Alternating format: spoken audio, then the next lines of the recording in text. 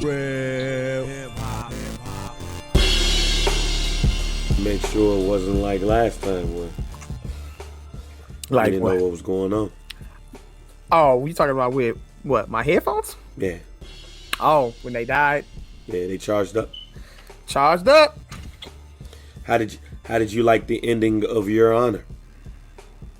I'm assuming that this show doesn't continue, right? No, it was just 10 episodes. That's all I'm about to say. Like, yeah, there's no continuation for that. Yeah. It's a wrap. Was that intentional, or was that like the ending? Was the shooting? Was he aiming at Adam? No, he was aiming at. No, he just sucks. He just doesn't have a good aim. He was aiming at the. He was aiming at the son. Yeah, he was aiming at killed the his brother. son. Okay, I just want to make sure. And then Adam walked in the way. Yeah, caught that bullet in the neck. Caught the crossfire. Okay, I got you. Which is karma. We're in his ugly head, because he killed. If it wasn't for him, that black boy have his family. Absolutely. So it is what it is. Yeah, good ass show though. Good ass show. Yeah. I was a little late to the party, but I arrived very late to the party. That wasn't very late. The show just ended. It was late enough. I didn't start the show. How did that show come? I didn't see the trailer for that. I told you about the show on the pod. You told me about the show after it aired. You didn't tell me like, oh yeah, we teaming up to watch Your Honor. We watching this as a family. The show is next. Like, I don't think really nobody knows that show was gonna be fire. I mean, obviously, I mean, look who's on the show, Bryan Cranston. I mean, obviously, yeah, Walter White. So yeah, Malcolm in the Middle. Absolutely. There's nothing he's been in that's been Huff. True that. Even the Kevin Hart movie, where dude was in the wheelchair. I gotta see that. I didn't watch that. That was even a good movie. Okay. Yeah. I knew I was gonna fuck with it though. So good ass show. Yeah, but Your Honor is dope. I fucked with it. A lot of twists and turns and shit. So it's like, oh wow. Mm-hmm. So yeah. And like you said, and like you told me on my post, niggas got did dirty in that. That's the only thing I didn't like about the show. How niggas was done. Niggas got done dirty in there. It's only like two bright spots for niggas in that show. Like when the mom walked in the hotel room. Yeah. And told them niggas what it was. Yeah. And when the black boy shot somebody. Other than that, it was No Country for Niggas in that show. Yeah, you're right. There's No Country for Niggas in that show. But it just shines a spot on, what currently is going on in the world right now. It's still to this day, racism is a thing. Yeah. And it is what it is. Well, you know what? He kind of looked out for niggas in the courtroom. He did. But yeah, other than that, it was No Country for Niggas in there. No Country for Niggas. It's been a long week, Mike. Bang, this is the first pod that you are recording in the shot at the crib. It is. Yes, Welcome it is. home. Yes, Welcome it is. home. And shit's been hectic ever since. Bang is home, guys. Let's cue the music. Let's cue the music. I got a song just for this, and this is for context too. What's that? We gotta, go run it back, run back the context too. This is for you, Bang. This is for you. Not the Mace version. This is for you. I know you like that. Okay. I turn it off. Like that. I'm good. I hate that song, low key. I hate that song, low key. You hate that song, low key? It is not a great Mace record, but it's a very, very relevant. Oh yeah, it's a relevant record. It will always be. It's always going to be one of those records that will get Mace paid. Yes, you're gonna hear that on commercials. You're gonna hear it on commercials. For context, go back where we talked about. Go back. Where we talk about songs and their worth. Mm-hmm. That song is going to get played on a commercial when football season is back, or if baseball season is back, or if basketball season is back. They go. Well, in your case, Bang, since you're coming back home to Chicago, I have another one for you. Let's cue this one. Don't let it be Kanye. Yeah, you can turn it off too. Yeah, I'm good. Turn it off. This ain't you. I hate that song. Shy City. I don't like that song. Why? That's a song on graduation I skipped. Interesting. Yeah. It's a reason for that. And I know somebody's gonna listen to this pod and like, okay, they shooting early. When I think of Chicago, that song is Too Happy. I get it. It's Too Happy. I get it. I need Twista to give me my Chicago song. This nigga. Yeah. I need Twista to give me my Chicago song. It's so hard to please. No, it's not. I'm just a nigga. And that song right there is just too happy for me. It's a good song. I'm coming home again. You coming home again. It's relevant. You're home. Yeah, but and then it's the nigga from Coldplay singing it.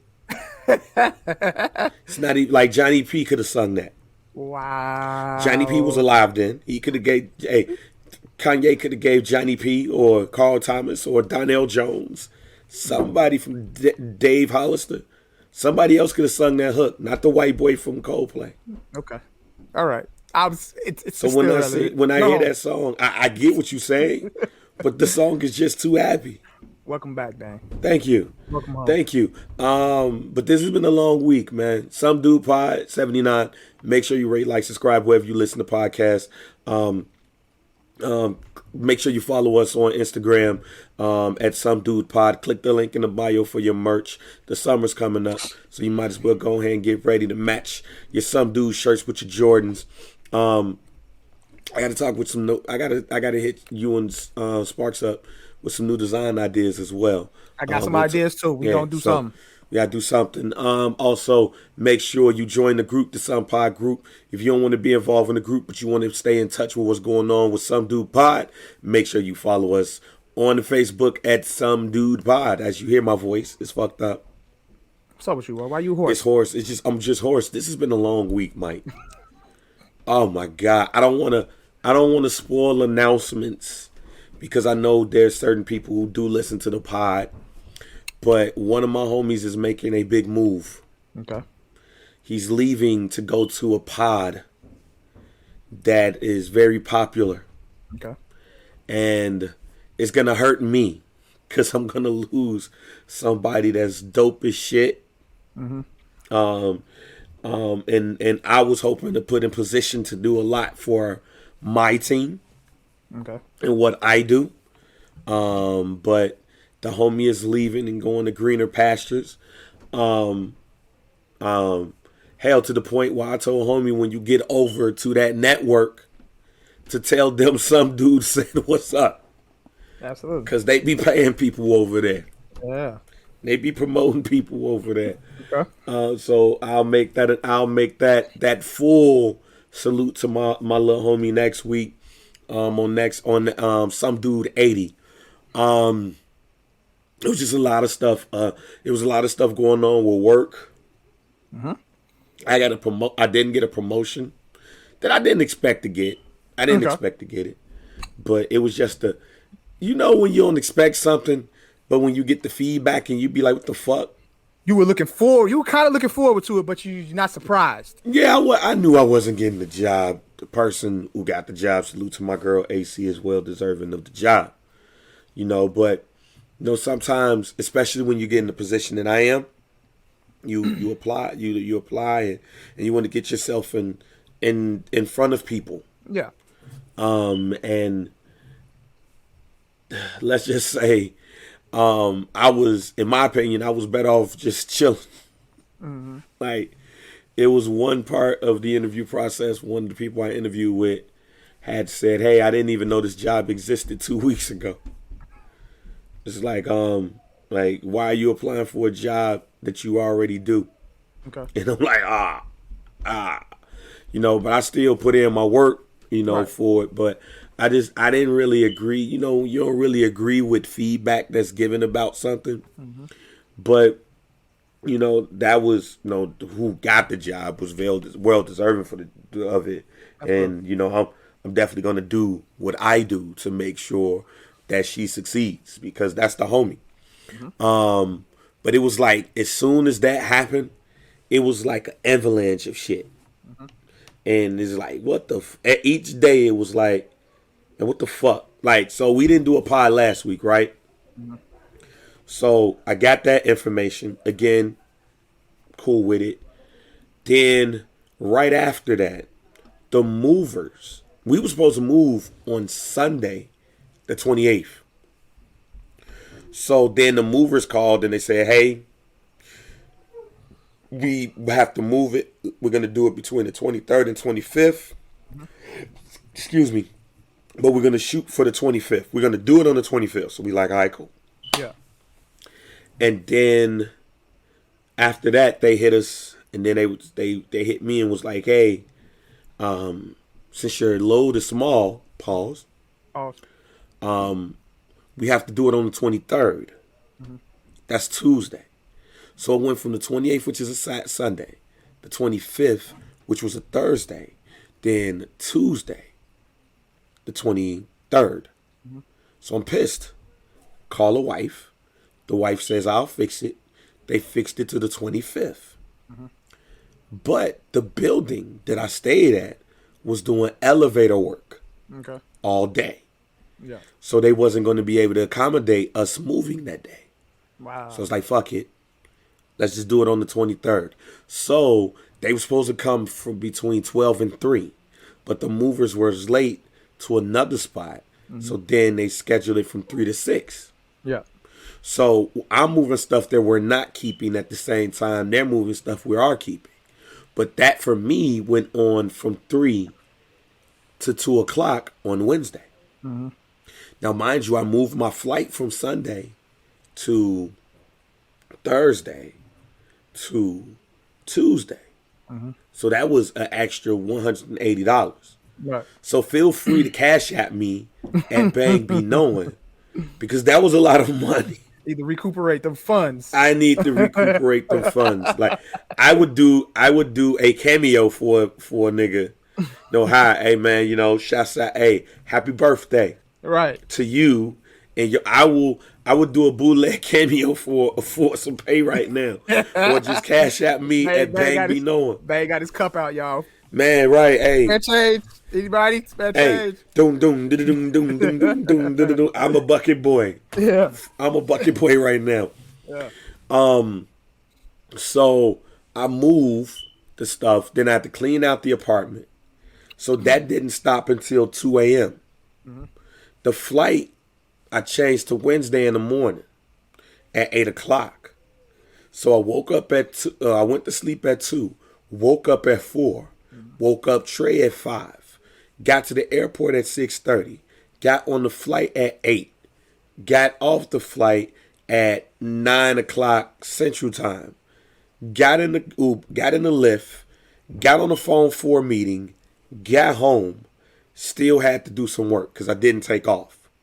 I made sure that I took off Monday and Tuesday, March 1st and March 2nd. Nigga was tired. Bang, I'm smiling and laughing internally because when is it never not an adventure with you, man? It's never not an adventure. Yeah, I was saying this shit to myself even today, like, because it was some crazy shit it's been crazy shit that went on every day since I left. Like, damn, should I have stayed? Like, it's one of those things, like, it's almost like, God was like, you should have stayed your ass in Maryland. Now I'm going to prove it to you. I don't know. But it was like, it was fuck shit. Too much. I mean, I ain't going to think too much, but no, it was fuck shit that happened every day since I moved that I had to deal with. Either it was work or personal shit. Yeah. Like, so it was just like, man, what the fuck is going on? I can't really enjoy. Now, I did enjoy myself with the homies. We went to Hooters on Wells downtown and shit. We got drunk. That was the first drink I had since October. Since you was in the hospital? Since I was in the hospital. Yeah. My liquor tolerance is still decent. Okay. Bank still got it? I still got it. Because we was taking shots. Like, we finished eating, but then it was shots after shots after shots after shots. Crazy.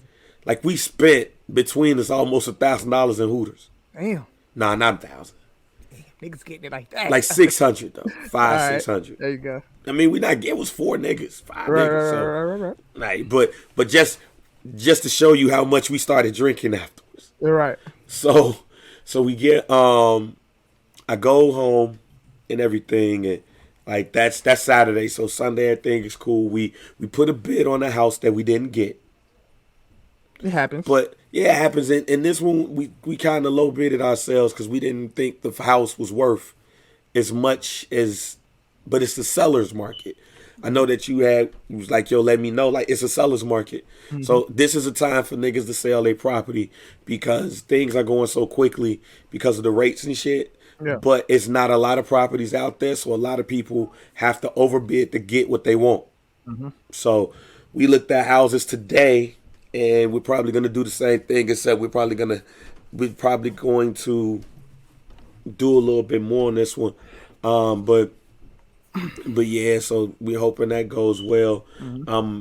Like I said, I'll make the other announcement because I got to salute this person on the 80th show on that one. But then, like, it was a lot of work shit and everything. And I'm like, man, what the fuck, fam? But I did find out I lost 55 pounds. That's what's up. I lost 55 pounds. Let me see. Yeah, 55. Yeah. That's major. That's major. 320, 310. Bag hit the walks, y'all. Look, Bag be on the IG. Yeah. Bag be on the IG stories taking selfies. Goddamn. Yeah. I lost 50. I before I went to the hospital, I was 320 pounds. Yeah. 3 weeks before I went to the hospital, I was 320 pounds. And then when I went to the hospital, they weighed me. I was at 293. Mm-hmm. So now I'm at 280. That's fire. Yeah. So yeah, hey, it's not just walks, man. I like the Apple Fitness. Okay. The Apple Fitness. Yeah. $9.99, fam. I got to watch the Apple Fitness. Yeah. Is that the joint that they put on the new watches? The new update on the watches? And on the Apple TV or your iPhone or your iPad if you got Apple Plus. Yeah, it's that. Like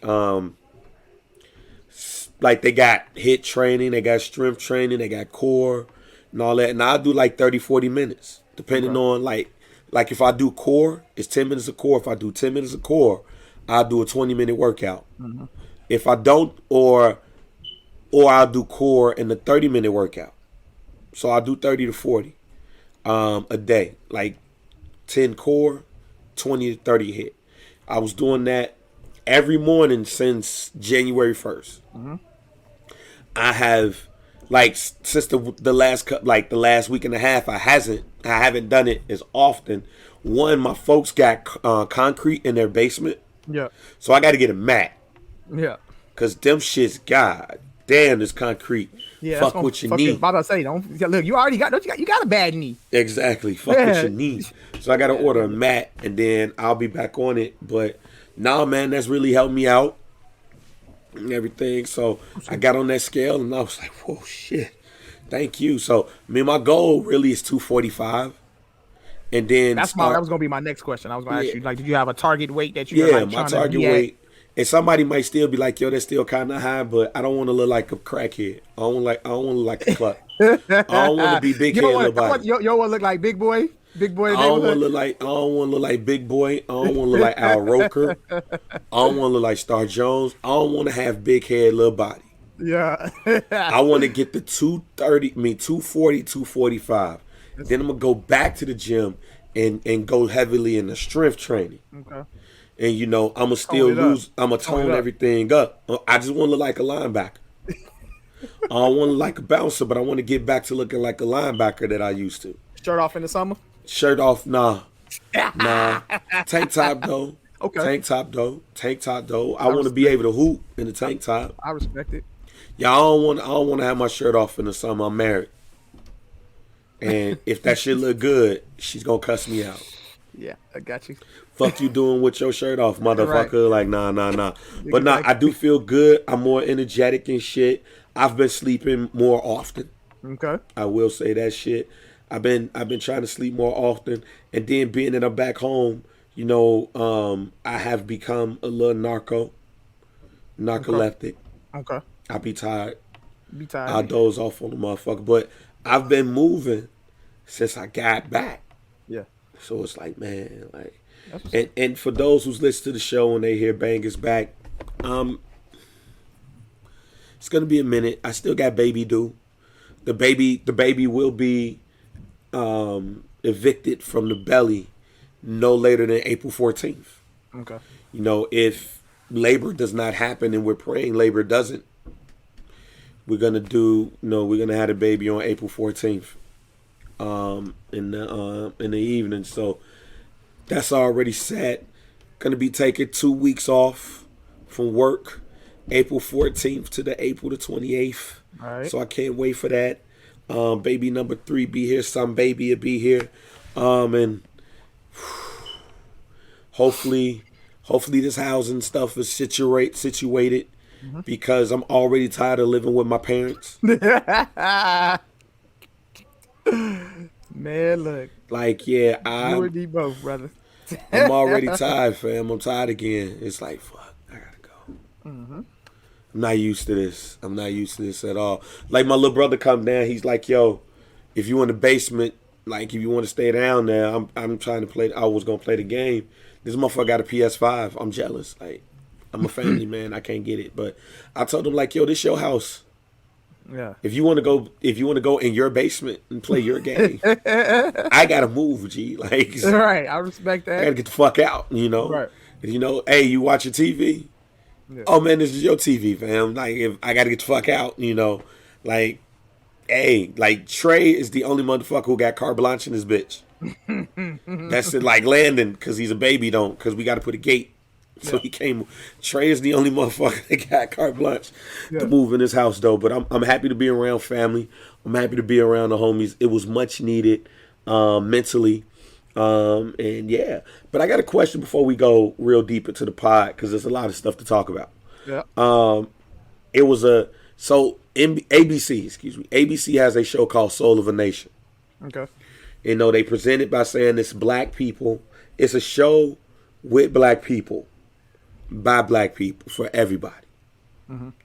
And there was a clip where I think it was Angela Rye, my man from This Is Us, Sterling K. Brown. I forgot who else was on there. And the question was, when was the moment? What was the moment that you realized you was black? The young lady who was on the show, she talked about how a white dude asked her asked her on a date, or to a dance, a school dance, and she was geeked. But then, like, the next day, homie came back and was like, cats don't play with monkeys or some shit. But it basically was like, I can't do it. And says his mom said some racial shit, can't do it. And they was confused because they didn't know what the shit meant. But she didn't realize, like, she was, like, you black. But she didn't realize you black until that moment. So I saw that and I said, I thought that was a good ass question. I know I had talked about on the show when I went to the Bible camp. And Buddy called me a nigga, and that was the first time I ever got called a nigga. But of course I knew what that word was. Right. So I was like, man, I thought I'd bring that to the pod. Like, when was the first time that you realized you were black? I think I realized and knew I was black just growing up where I'm from, Maywood, and I realized, you know what? I'm gonna keep it on the humor side. I knew I was black when I had roaches. When I seen roaches in my crib. That's when I knew. So I'm like, oh, okay, this is what we living in. This is what we got. This is what niggas do. This is what niggas do. Niggas got roaches in their house. So yeah, when the roaches is crawling up on the counter, inside the microwave, and then out of the not the microwave, inside the toaster and shit like that, and then you still proceed to put your food in there. You know what I'm saying? The toaster. That's when I knew. So yeah, but man, I think that's when I knew I was black.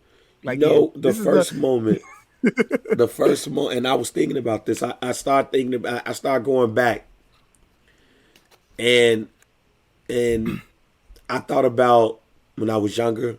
I never really was around white people. The only being in the hood, you're probably going to be around more Arab people than you are around black people. So the first time I realized, like, okay, this is what black people go through, low key, was my senior year of high school. Okay. Like, all that shit is cultural, what you talking about, which is, yeah, it happens. But the first moment I was like, yo, this is it, is I was living in LaGrange, and I was going to my homie crib. I was going to my homie Tremel crib, and we were coming back to my crib because we lived down the street. Yeah. No, we weren't coming back to my crib. We was going to the store. It was me, him. I think it was my homie Ray, but it was 3 of us. And it was a police, and it was nighttime, and it was a police officer on the bike, and they rolled up on me. I was like, what the fuck is going on? It was a lady police officer. She made me like put my hand on the bike so she could search me. Yeah. For no fucking reason other than she said I was running across the street. Wow. And I was like, I can't run across the street. She's like, yeah, I saw you running across the street. So, like, do you got any weed on you? And I was like, wait a minute, how you? Yeah.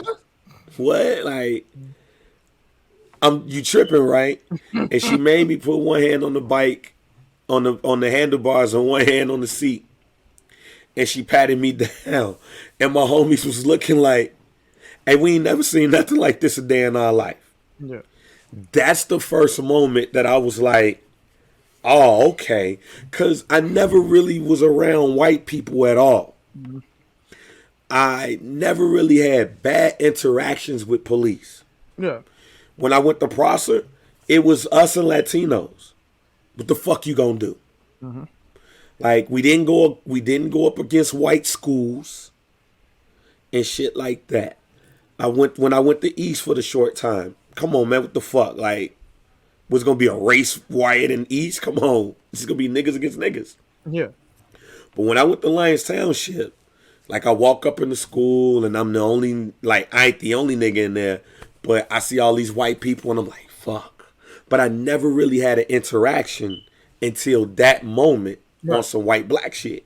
Right. And I was like, yo, what the fuck? Like, on a bike, nigga? Like, it's night. You got the little light.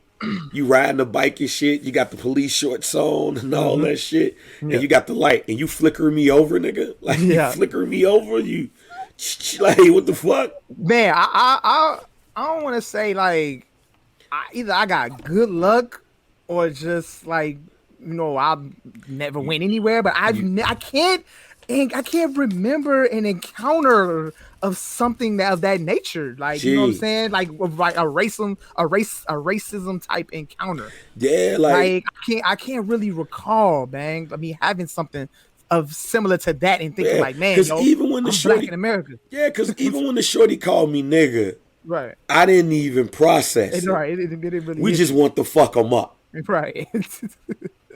But that shit, yeah. It's like, yo, you just on a bike, nigga? Yeah. You ain't got shit else to do? Yeah. But you on a bike? Yeah. Pedaling? Do you ask me if I got any weed? Because I ran across a street. And she patted me down and she was like, oh, okay, you know, go about your day. Now, of course, after that, I really started noticing shit. Like, it was like an aha moment where it's like, oh. I get it. Okay, I get this shit now. Mm-hmm. Like, it was an incident where I hugged a girl at the school, and the security guard said I was roughhousing. Yeah, see. And then I had to snap on the assistant principal.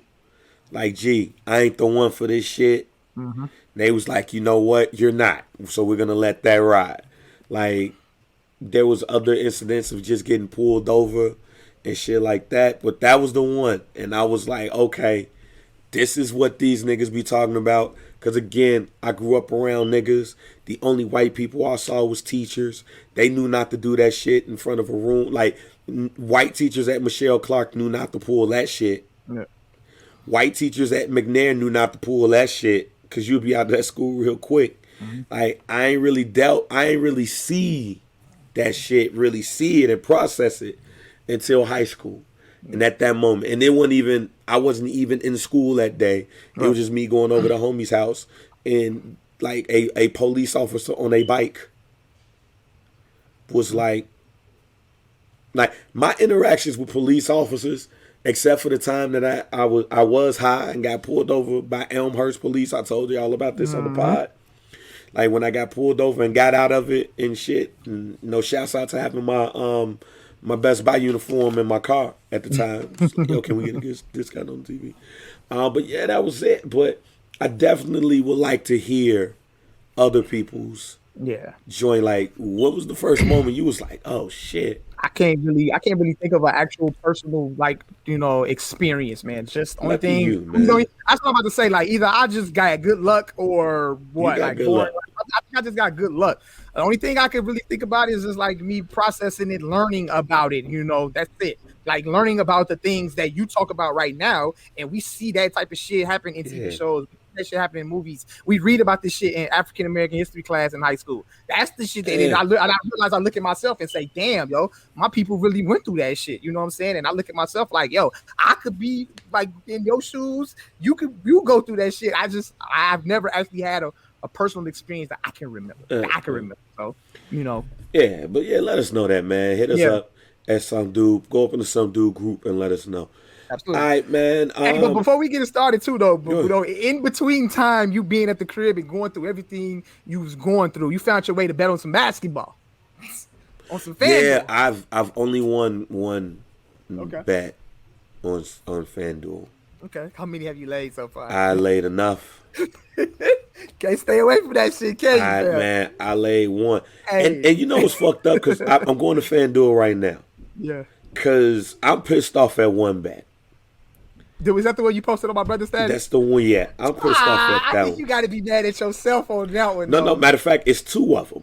But no, I am a little bit mad at myself. Yeah. But I ain't mad at what you was trying to do. I was going for the gusto. But you got to get your feet wet first, though. For $10, I'm not mad at that. Yeah, I'm about to say, for the amount that you wasted, like, I never go over anything more than like $20, $30 on a bet. You know what I'm saying? I haven't gotten to the point where I could be like, yo, I'm just going to throw 100 on some shit. Yeah, I ain't at that point. I ain't at that point yet. Yeah, but Mack laid a nice little bet, y'all, that was like fire that yeah. But you went for one of the bets that's really like a 1 in a million chance. Not a 1 in a million chance, but the odds of it. It's kind of like you just really rolling the dice on that. But I'm going to tell you this bet that I lost the other night. And I was like, how did this not happen? I did a 3-team parlay. Okay. At the odds 28,400. So that would have netted me $2,800. Golden State, Draymond Green, Golden State, Portland. Draymond Green scores 10 points and Golden State wins. See? Did Draymond? Is that the one that didn't land? No, I'm gonna look. I'm giving you all three. Go ahead. Because they all three didn't land. Okay, right. But when you think of the shit that all niggas needed to do, you would do this parlay and be like, this is a comfortable parlay. Yeah. Draymond Green can score 10 against Portland. He can, but he doesn't. He doesn't. But against Portland, you're like, oh, he could score 10 against Portland. He did. Right. Wendell Carter with a double-double. That's doable. The Bulls versus New Orleans. I'm comfortable with him getting 10 to 10. He missed the bitch by 3 points. Yikes. He had like 14 rebounds for 7 points. And then Brooklyn versus Houston. Mm-hmm. James Harden 35 points in a Brooklyn win. Now see, look, you got to look at it like this too, Bang. And I've done enough parlays now and actually seen how these games go. Yeah. When you got to look at the opponent. You would think, wait, let me. You would think that James Harden gonna go back to where he, you know what I'm saying, like made himself a career for himself at in Houston and give them niggas 35. But the game just got out of hand so quick that he got a triple. But here's the thing. Here's the fucked up part. I chose between that or the triple double. You would have had better odds with the triple double. But I was like 35. Yeah, 35. But the only way he's getting 35 against Houston is that if the game is close. Yeah, not when you blowing them out. Or not necessarily a blowout, but the crazy thing is he had 29, but he had missed like 4 shots. Yeah. When he got 29, including like 2 3-pointers. Mm-hmm. So I'm like, damn, these are joints that probably should happen. Welcome to heartbreak. To heartbreak. Yeah, man. But I got one tonight. You fucking with what you fucking with? College basketball or hockey? No. I actually doing the UFC Oh, tonight. okay. I You're got pretty Jan. knowledgeable about that, so you I should. got Jan Blakovic going over Israel. Okay. Like I get it. I fuck with Israel heavy. I love him, but he's going up the light heavy, and he's not even gonna weigh 205. He said he's gonna come into the fight at 193, Okay. and he's going up against the champion for the championship. So I got Jan in a knockout and a Jan in a KO TKO. Okay. And I got Amanda Nunes versus Megan Anderson. Screenshot me what you doing, fam. I want to see it. And I'm only putting the salt on there. Okay. Give me $86. The $86. I'm gonna chill. Yeah, I'm just gonna. I'm gonna take. I said to myself, just gonna chill. I'm gonna make them light. I'm not gonna go for too many gustos. Yeah. I just texted to you, but I feel very comfortable about those two. Like you go a dude that's a strong 205 going up against somebody that's a sleek 193, and then it's a TKO. You know they can just start getting the punches and the ref come in. That's a TKO. Okay. Not no submission, stoppage by knockout. Okay. Or TKO, and the same thing with Nunes. $86, man. That's cool. I ain't mad at that. I ain't mad at that at all. But yeah, before we get it going too, like I'm glad you getting some bets in. You know what I'm saying? Yeah. I caught a couple victories this week. But shout out to my homie Chris Courtney. He's in the Some Dude Pod group. He's the one that's really kind of like schooled me on like bets. Like bang, I was doing halftime spreads. I was like, I did a couple first quarter spreads. Shit, like I did two teams, I was trying to get the quick money, and some of it was close too. Like each one of them, I did 3 teams, and then one don't land. So I'm in the shit. My homie said, wait till football season. He said when football season come around, he said you really gonna be in it. So I might say fuck fantasy football. And put I'm about to say money. like man, so like we put like all more money. Yes, but yeah, if y'all in on FanDuel, y'all check that shit out. Sportsbook. I'm chilling until next Wednesday when basketball come back. I ain't laying nothing right now. My brother's screenshotting me fucking hockey games. He thirsty. Yeah, my cousin be like, yo, I'm gonna put something on the hockey game too, and I'm like, I pay attention to hockey. Yeah, I don't pay attention to it enough. But I don't pay attention enough. I did put a bet on there yesterday that the Tampa Bay Lightning played the Blackhawks. Okay. Blackhawks. And I did put the Blackhawks winning 4-2. Okay. And it was at like 100 odds. So, and they didn't win it. It was like 4-3 in overtime. So, but yeah, man. Hey, man. Let's get to it. So we finally got some new music. I'm happy. We got a little something. States are opening up. Texas is open. Texas all the way open, right? All the way open. Damn, they dirty. They dirty. I think Florida is about to do the same. There's a couple of states that's all the way open. That's what Vince McMahon is doing right now. Because me and the wife was talking about going to WrestleMania. Yeah, y'all have fun. Yeah, but we're not going. We gonna wait. We're gonna go next year. We're gonna do it in Dallas. But I guess because they haven't put the tickets on sale yet. They haven't announced any ticket information. Because I think they were supposed to do 25%. Yeah, but if Florida open up, they waiting to open up full capacity. They waiting for the word for full capacity. Then you can have whoever you want to have up in that bitch. Yeah. But we got new music from Drake, and we got Silk Sonic, Anderson .Paak and Bruno Mars. First of all, that 3-pack from Drake. 3-pack. How you fucking with it? Scary Hours, man. I'm fucking with it, Joe. I like it. I like it. I like the joint with Ross a lot. Drake just showing us that, just pretty much showing us he can rap. If Ocho Cinco is not bullshitting, and them boys working on an album together. Yeah, but Drake and Ross been teasing a project where I guess they were supposed to come out with the YOLO mixtape. That was years ago. So yeah, I mean, if they go do something, I think they could lock in on 10 good songs. Yeah. They could give us 10 fire records. Yeah, Drake. Even if it's 8 to 10. 8 to 10. I won't give him 10 songs. Yeah, 8 to 10 songs. Drake proved that he could rap. Yeah, he could float on the track. Join with him a little baby. I like that one. Like, I like all three though. I like all three records. Rumor that the album's supposed to come out next month. Certified Lover Boy. Interesting. So we'll see. But he didn't prove. He proved to me what we already know, that the boy can rap. The boy can rap his ass off. And if there were ever any questions about him, you know what I'm saying, not being able to rap, or we all, obviously, his pen has always has been in question ever since, him dropping If You're Reading This Is Too Late because of the Quentin Miller shit. But you know what I mean? At the end of the day, I've always said it, like, even before If You Were Reading This Is Too Late, like, the boy been rapping. He's always been rapping. I'm just, as always, I'm looking for that Zenith project. And I think that's what we talked about as well. Yeah.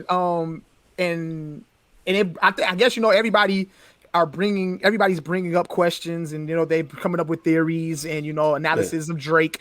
And I had actually shared a post in the group. Shout out to my homie Cheyenne. He had made a post. I had shared it in the group real quick. We could touch on this. Whenever. Yeah. I wanted you to. He said he woke up and realized that Drake is the closest thing we'll get to Jay-Z ever. And he said Ross is a close second. Wayne has been surpassed, and he's not trying to debate either. Debate your mother, in so many words. I see.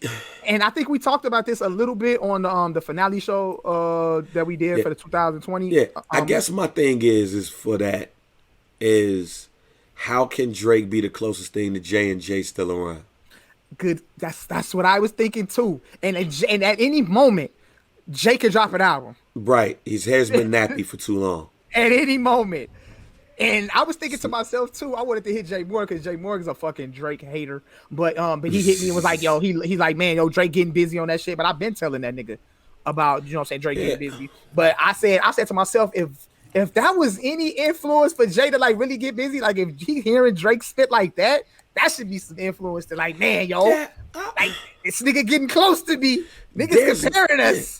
There's nobody that's close to. There's nobody that's the next Jay. Like, they're in the same realm right now. As far, I mean, not in the same.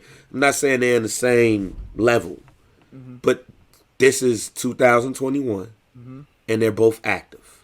Absolutely. So, no, I don't agree with that just off the way that it's worded. And even if that was the case, no, Jay-Z is in the league of his own. Honestly, Drake is in the league of his own right now. Like, I think he surpassed, like, in that group of Kendrick Lamar and J. Cole and Drake, like, he surpassed them niggas, and it's not even close. But like you said, though, it's one thing that Drake doesn't have. Yeah, and it doesn't. It's that one project that we can, like, say, like, that the one that he will always be remembered for. The so-called, quote unquote, the classic. Yeah, and what is it? And we're not gonna agree. Like, people are not gonna agree with me. But when you say Jay-Z, you say Reasonable Doubt, or you'll say Blueprint, and it's like just like that. If you say Drake, it's like it's a stop. It's a starter. It's definitely. It's like he has great moments. He has great moments in his career. He's done everything from topping, Billboard, selling out arenas and everything like that. But when you come to like having that full length project, it's up for debate with it. It's nothing clear cut. And the thing is, to even further that for me, like, Drake's songs are events. I don't believe that Drake projects are events. I think his songs are events, but not his projects. That's just me talking. Nobody has to agree. I'm not telling you to. It's just that even with artists I ain't really fans of, it's an event. And I never got event from Drake. Now, I'm going to say this. The only two artists that I get event, it's an event, like they dropping, is J. Cole and Kendrick Lamar. Like when J. Cole has dropped surprise projects, But he's also told you when the project is coming and he leads off. But when it happened, it is an event. Mm-hmm. And I think part of it is we're so ready to party when we listen to Drake music. And I think that might be the issue. We ready to party. When you hear Drake music, y'all ready to quote, get on Facebook and drop the quotes that he have for the women. And you know, y'all ready to do that shit. Whereas the other two people we name, you actually are sitting down with the project and getting engulfed in it. So that's why I'm gonna pull back from the Drake classic shit only for that reason. I don't get event.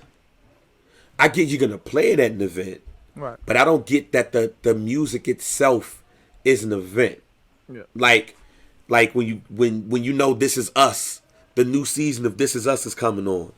You sitting your ass down and you watching it, but you're not doing shit else. Mm-hmm. You're not right. Like when J. Cole drops, you're not. Hey nigga. When Kendrick Lamar drops, you're not doing that too. You're sitting down and you're getting engulfed in the project. Whereas with Drake, you ready to get in your car and get on some hoes or dance or whatever. Mm-hmm. So I'm gonna pull back all the shit that I said about Drake Classic and just say the reason why that might not be the case, cause I don't get event. Sit down with the project. Like when 444 came out, you sat down with the project. Yep. When To Pimp a Butterfly or Damn. Does that make Drake too predictable? Yes, but that's part of what we know what we're gonna get from him. We know the formula. The formula has not changed. Kendrick Lamar keeps you guessing with the formula. Yeah. J. Cole keeps you guessing with everything. Mm-hmm. With Drake, we know what the formula is. It's just how good is that motherfucker gonna be. We know he's gonna deliver crack, but it's gonna be watered down, or is he going you know, is he gonna re-rock? Yeah. Is it gonna be watered down? Is it gonna re-rock, or is it gonna be that pure shit? Mm-hmm. Yeah. That's all we wondering with Drake. Okay. So it's not. I don't hear Buddy taking chances on his music either. But I think we ask too much of artists to try to take a chance on some shit because you want to see what they can do. Mm-hmm. I know that nigga got a formula. Stick with that motherfucking formula. I was about to say, and I know the biggest request that, you know what I'm saying, Drake critiquers have is that they really just want him to focus strictly on rapping. And we're not going to get that. I don't think we're going to get it, especially with a project like this called Certified Lover Boy. I think you already know what you might going to get when it comes to this, unless he just hits us with a doozy. You know, I don't know. Like Certified Lover Boy, but this shit is straight hip-hop rapping. Right, no Drake featuring Brand Nubian or some shit. Yeah, like I don't know. I don't think that's what we're gonna get. But I mean, I think that's the biggest thing when it comes to Drake. Like we really just want him to stick to rapping. But I think that's also where the Drake and Jay-Z comparisons. Like you know, I think when my homie was posting that shit up, though, I kind of get where he was going with it. Yeah, like, I get where he was going. Like I think he was basing it off superstar status. Yeah, like I get what he was saying, but. It's hard to say. It's two reasons why it's hard to say that. Mm-hmm. Because as you get older, and we talked about this, your time moves on. Yeah. Somebody could say that same shit and say the baby. Yeah. I mean, not the baby, but Lil Baby would be that person. Mm-hmm. Somebody could say that same person. Because arguably right now, Lil Baby might be the second or the biggest person in the game. Mm-hmm. As far as like where we at right now, we had that discussion. Yep. Drake is in a different level. He's in another atmosphere. Mm-hmm. He's over there. Yeah. But arguably, it's Lil Baby's time. Okay. So if that's the case, like you could probably say that about Lil Baby too, in 3 to 4 years. Maybe. So I mean, I will say this: like Lil Wayne's place in the game is always gonna be there. Mm-hmm. Like there's two people who are your favorite rapper's favorite rapper. Mm-hmm. And that's Scarface and that's Lil Wayne. Mm-hmm. both of those guys are your favorite rappers. Favorite rapper. Mm-hmm. With that being said, their place in the game will never go nowhere. Yeah. What's unfortunate about Lil Wayne, though, is that he is my age, and he should be revered more. But the quality ain't there. Mm-hmm. Like, look at all these old niggas coming out with quality projects. Wayne doesn't have the introspective project. Like, he hasn't evolved since Carter, 2 or 3. He hasn't evolved. It's like we have moments, songs where where Wayne would dig deep into some shit. And that's what scares me about Drake. because that formula we talk about, sticking with the formula, that was the same shit that Lil Wayne did. Yeah. He didn't evolve. Yeah. Now, Drake is a different artist to me. He's a different cat. So I can see his evolution coming. Mm-hmm. But if it don't, he could be a forgotten legend. Because I think sometimes Lil Wayne is a forgotten legend. Yep. You know he there, but it's like you really don't remember Lil Wayne until he actually.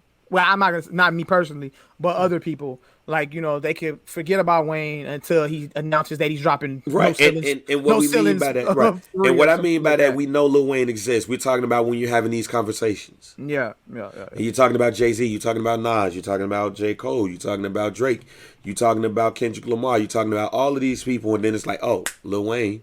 Yeah. Like the Dirks and the Herbos in the world are. I would challenge myself to look at ComScore numbers when it comes to rappers, and see where Lil Wayne is at on that list. Because I think rappers like Herbo and Dirk and Jack Harlow and some others are possibly ahead of him when it comes to that type of conversation. Yeah. But if you really just sit down, we know who Lil Wayne is. Yeah. But man, like you haven't gave us shit that's gonna make us go, ooh. Mm-hmm.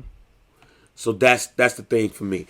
But another joint is gonna be that was announced like last week. Yeah. A surprise. Anderson .Paak and Bruno Mars in a group together called Silk Sonic, and they released their first joint. Leave the door open. Mm-hmm. I'm gonna leave the door open. I just want to say this now. Them niggas winning all the Grammys next year. You know what? This is a fortunate and an unfortunate situation for me. Why is it unfortunate? You don't like Bruno Mars? What? No. You don't like Anderson .Paak? Absolutely not. No, that's not the case. Shit. Before we even get into that, I mean, it's fortunate because these two artists, both of them, dope as hell. Yeah. Both of them, since 2016. Shit, 24 Karat Magic, the album. That's one of my favorite albums. Malibu, one of my favorite albums. Both of them albums came out in 2016. That was arguably one of the best two projects to come out. The past 5 years. Yeah. You could put those albums up against anything, hip hop, R&B, whatever. Right. You know what I'm saying? You want to put those albums up against whatever that's dropped in the past 5 years. You could talk about those two albums. Okay. That's the fortunate thing about it, is that these two artists coming together, crazy. It's unfortunate because I want to see them niggas live. Oh yeah. That's some stadium music, nigga. Gee. I want to go to Soldier Field and see that. I want to go to the United Center. That's why I think they know that album's opening. I think they know the world is about to open because they dropped that. You can't tell me. We need that live. Yeah, we need to see that shit live. You can't tell me. You cannot tell me that somebody don't know something when them two niggas get together. Give me something, because if outside was to have to just miraculously open, everybody, you know what I'm saying, is vaccinated, or they feel like enough people in the world is vaccinated, and you know what I'm saying, we can get back to living our regular life, and they decide to say, yo, we're going on tour. This is going to be the Silk Sonic tour. Nigga, we there. I'm there. We are there. Yeah, That's what but I'm saying. Like, they're Mike. They winning all the Grammys. Oh yeah, absolutely. There's no Like reason why they wouldn't. they're winning all of the Grammys. No reason why they wouldn't. We're in March. We're in March right now. We need this. The Grammy deadline, I believe, is the end of August. I think it's the end of August. So if that's true, that's true. Mm-hmm. April, May, June, July. You have 5 months to drop something. Mm-hmm. That's gonna be just as cold, if not colder, than what we're about to get from them two. I don't expect nothing but greatness from this album. Even with the project you like the least of Anderson .Paak, that motherfucker was nice. Mm-hmm. Yep. And Bruno, look, I still love 24 Karat Magic to this day. They are winning all of the awards. We need it. We need this. Once I heard Leave the Door Open, I said they're winning all of the awards. And that record was, that's a more laid back and they're, showcasing the vocals. Wait till they get in their bag. That wasn't even a bop. Wait till they make us dance. Wait till they make us drive down Lakeshore Drive with the top down or the windows down. Yes, sir. With the wind blowing in our face. Yes, sir. Wait till we're barbecuing. Man. Wait till we playing spades or dominoes. Yep. Wait till we're having picnics. I'm telling you, they're winning all of the awards. There's a song of the year on that album that we ain't heard yet. There's a record of the year off that album we ain't heard yet. There's an R&B bop on that song that we ain't heard yet. Yeah. There's a pop joint. There's a rap joint. I'm about to say I think we might get everything on this. We might get everything. The Grammys might as well start putting their name on the trophies now. Yeah. Okay. They're winning all of the awards. Hell, I can't think of a time that Anderson .Paak was nominated in a year and didn't win anything that year. Mm-hmm. And the last time Bruno Mars dropped, he won all the awards. Mm-hmm. Fam, they are Grammy darlings. Mm-hmm. They're gonna give us the best project of 2021. I hope so. I'm looking forward to it. There's not gonna be a project better than this. I'm sorry. I know. Go ahead. My only hope is that when the shit do drop, it's Outside is open. They announce a tour, something. Like this is a person. This is a group of two people that, plus their band, that when they drop, you know it's not gonna be garbage. You know it's not gonna be off. Even when Jay-Z drop, you like, let me see what's up. Even when Drake drops, it's like, okay, let me see what's up. Nigga, I ain't never listened to any of these two artists and not expected some type of greatness. Mm-hmm. I never put on any of Anderson .Paak's albums since I heard his first one. Mm-hmm. Where I was like, I wonder, let's see what's going on. Like, no. Yeah. I know what that now. You might change your mind after it's done. You might not. But this nigga Andre 3000 came back to give Anderson .Paak a verse. Mm-hmm. Like, sure. Look, I wouldn't be surprised if we saw some because Bootsy Collins is supposed to be with them on this shit. I wonder how that's gonna go. I wonder how that's gonna play out. That shit's about to be funky as fuck. That's what we need. But absolutely, I'm definitely looking forward to it. This album is going to be the best album of 2021. They're going to win all of the awards, and we're going to be outside to the point where I want us to start thinking of outside music because it's about to be soon. So we're going to get back on our playlist. Want to do the outside music playlist. What song would you put on your outside music playlist? Like, outside's open. I need to hear this song when I ain't gotta wear no mask to be nowhere. Tag some dude pod, hashtag some dude pod, or go up in the group. Like matter of fact, make the graphic, Mike. Yes, sir. So we can put that. Speaking of music though, and I want to get your thoughts on this. We're in the world of cancel culture. Okay. And there's one artist who, for years, have escaped getting canceled.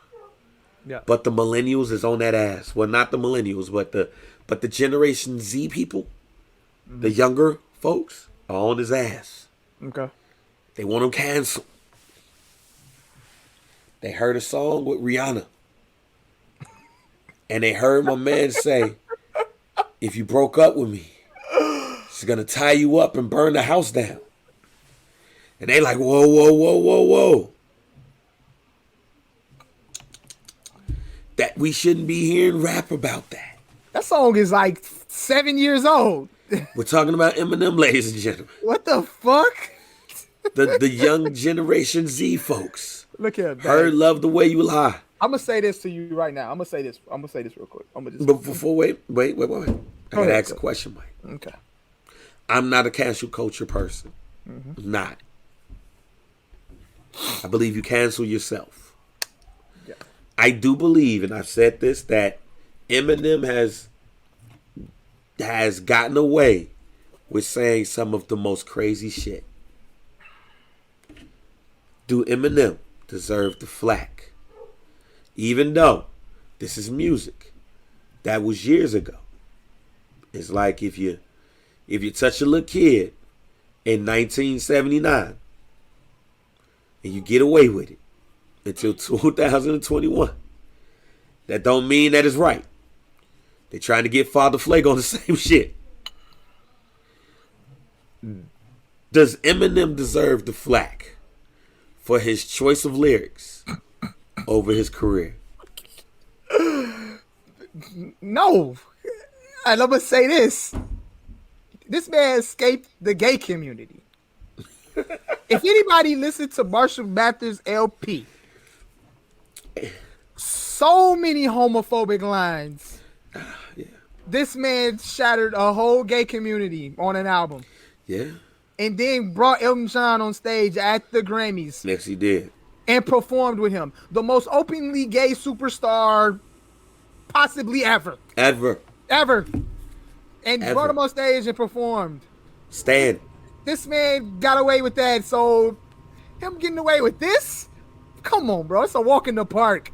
And then I'm guessing what community is this that just got a whiff of this song? Generation Z. These are younger than millennials. It's an old record. This man, first of all, Eminem could get away with that because on his album Relapse, he has a lyric saying that he would pee on Rihanna. And then he made a #1 song with Rihanna after that. That's true. So I'm trying to figure out this is nothing. This is smoke and mirrors, baby. It's nothing right here. If they're going after Eminem, this is nothing. Okay, if they're going after Eminem, what lyric from a rapper, if somebody from the Generation Z community heard it, what is the lyric by an artist that would get them canceled today? I give you my first one right off the bat. Go ahead. If your daughter older than 16, I'm a raper. DMX. I mean, Rick Ross told motherfuckers shit. Put Molly all in her drink. He didn't know it. Yeah. Who else? Went home and enjoyed that. Who else? He didn't know it. Let me see. Who else got some wild ass lyrics, man? We talked about this too. Like, who else got? Who didn't say some wild ass shit? We do got some content for the week. Because I Damn. want to know a lyric from an artist that would get them canceled now. Bro, Tyler the Creator got some wild ass shit too. I just heard Tyler the Creator say some wild shit on records. Yes, he does. I have to go back and check his catalog. But yeah, that's another artist. I can't think of anything off the back. Jay-Z got some lyrics that'll get him canceled. Has Jay said some or wild Nas? shit? Bang, I don't know. I don't We think. gotta look. Busta Rhymes.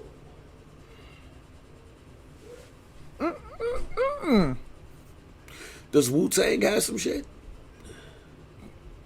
Old Dirty Bastard probably didn't say some wild That shit. means, bitch, you been shitted on. I ain't the first dog that shitted on your lawn. Oh, steaky ass hoes. Like, Oh man, bang, that's tough. I can't. Pop, that's why I fucked your bitch, you fat motherfucker. I mean, that's not really nothing crazy. Like he just going at his opponent at this point. I mean, that's just him just being disrespectful. Mike almost died. This nigga Mike almost died. So, like, there's like, Yeah, but he was going at his opponent. I mean, So that didn't. still, why? Why would you even be that disrespectful? Going back to what's the name them though, Anderson .Paak, because we gonna have to do that later in the week too. Like we gotta like what lyric from an artist that will get them canceled today? What's that lyric? But it's something about. Here's the. You want to know what the most underrated part of a song is? It's the fade out. Okay. Think about the songs from like the 70s, right? If you listen to Midnight Train to Georgia, In Between the Sheets and shit like that, Right. the fade out. You go and listen to Silk Sonic. That song fades out perfectly. Oh yeah. And what I mean by that is, like, as the song is playing still, they're still going, and then the song just slowly fades out. Yeah. While the song is going on. Mm-hmm. Like, it makes you want to hear more of that song, but they faded it out slowly. Yeah. A lot of songs nowadays have hard stops. Yeah. Or they just don't sound right. Mm-hmm. That song is dope to me because how they faded out the song. It's almost like when you watch The Brady Bunch, right? Or if you watch Soul Train. Or Benny and the Jets is a perfect example of a song that has an amazing fade out. Mm-hmm. Like somebody was like, all right, we gonna turn it down right here. We ain't gonna give these motherfuckers that much more to dance. They're gonna have to come back. They're gonna have to play this again. Yep. But like when you see a song on TV and they be performing and shit, and they still be performing, but the song is fading out. Yeah. We're gonna keep on dancing all through the night. Mm-hmm. We're gonna keep on. And then it just. But they still dancing, Yeah. Mm-hmm. But that motherfucker went on so perfectly. Yeah. You like shit, dance. Like, turn that shit back up. Like hip hop don't give you no great. They will never give you great fade outs. Yeah, I can't think of many hip hop records. It's all like R&B, hip hop, and even rock. Yeah. Like the fade out of a song, to me, can make or break what you're trying to do. Mm-hmm. Especially if you try to fade out at a certain time where it's like, oh, fuck this. Mm-hmm. When you hear that song, I want you to play that song until it actually goes off. Mm-hmm. And you like, damn. And then go listen to a song in the 70s. Mm-hmm. Go listen to In Between the Sheets. Or or an Earth, Wind, and Fire song. Reasons. Mm-hmm. The reason. Then ba ba ba da ba da da da da. Oh yeah. Mm-hmm. And then another song comes on. Yeah. Like every song does it, but it's just a song cold when that fade out, nigga. Yeah. Shit, Mike got a few of them. Hell yeah. Listen Off the Wall. Like, man. Listen Off the Wall. Shit. Don't stop till you get enough. Even Human Nature. Yeah, right. Or Human Nature. Just listen to Human Nature. Yeah, you can listen to that. Yeah. Dun, dun, dun. Oh, yeah. Ooh. Yep. Mm-hmm. Fade out on your ass. Hard stop. And you just be sitting there in the car like. My wife just texted me. She said, "Honey, are you okay? I hear you coughing." Let's see. She heard that shit. Like, I'm good, honey. I'm good. Like, nigga, you straight. I was watching Purple Rain this morning. Yeah. And another one. Like, the fade out to Purple Rain, even though they give you that little crescendo at the end, yeah, with the strings and shit, fade out on your ass. Yeah. Just leave your ass just sitting there in the car like, damn. Yeah.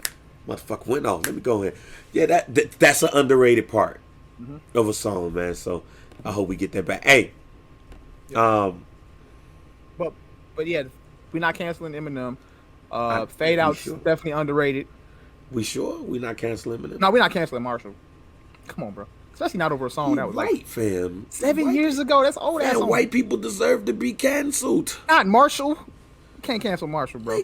White people don't get canceled. I'm on the front line for Marshall, G. You're on the front line for this white man. Dr. Umar would not love this shit, fam. Oh shit, man. I fuck with Marshall. Dr. Umar would not love it. Did you like Coming to America? Did you watch it yet? I watched Coming to America. It was a good fade out. Pretty good. Decent little flick. I'm not mad at it. Shout out to Eddie Murphy. Coming to America just hit Amazon Prime Video yesterday. The timeline's been going up and down crazy about it. 30 years later. If you go back and check the archives, me and Bang, we talked about movies that didn't need sequels. This is one of them. This is definitely one of the movies that didn't need a sequel, especially after 30 years later. And I think that's why I wasn't excited about it when they announced that it was happening. I'm like, okay, cool, but I'm not excited because it's certain shit that just ends and it doesn't need to be touched again. Yeah. And if you watch the movie, I think they actually took a dig at that too. I think they brought that. They did. If you watch the movie, I don't want to give too many spoilers for people who haven't seen it, but there was Coming to America, they took a shot at themselves.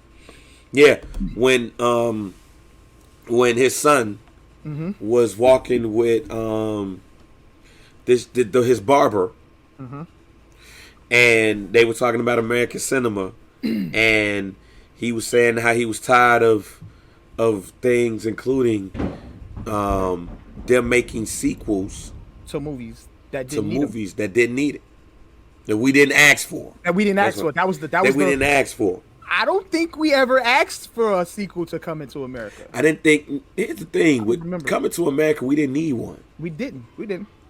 There are a lot of movies that there's no need to make a sequel to. I think we watched it as a family, and we all liked the movie.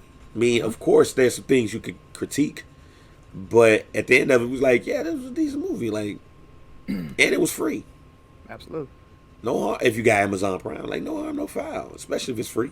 Yep. I think this is what we got to stop doing as people. Yeah. And now I ain't talking about black. I'm not talking about white. I'm talking about people in general. I think we have to. We've talked about on this show a lot, especially one of the main reasons why is because people want to critique just to critique and give these takes. Like the era of hot taking and debate shows have gone into real life, so people have to say they don't like something. They have to say that they do like something.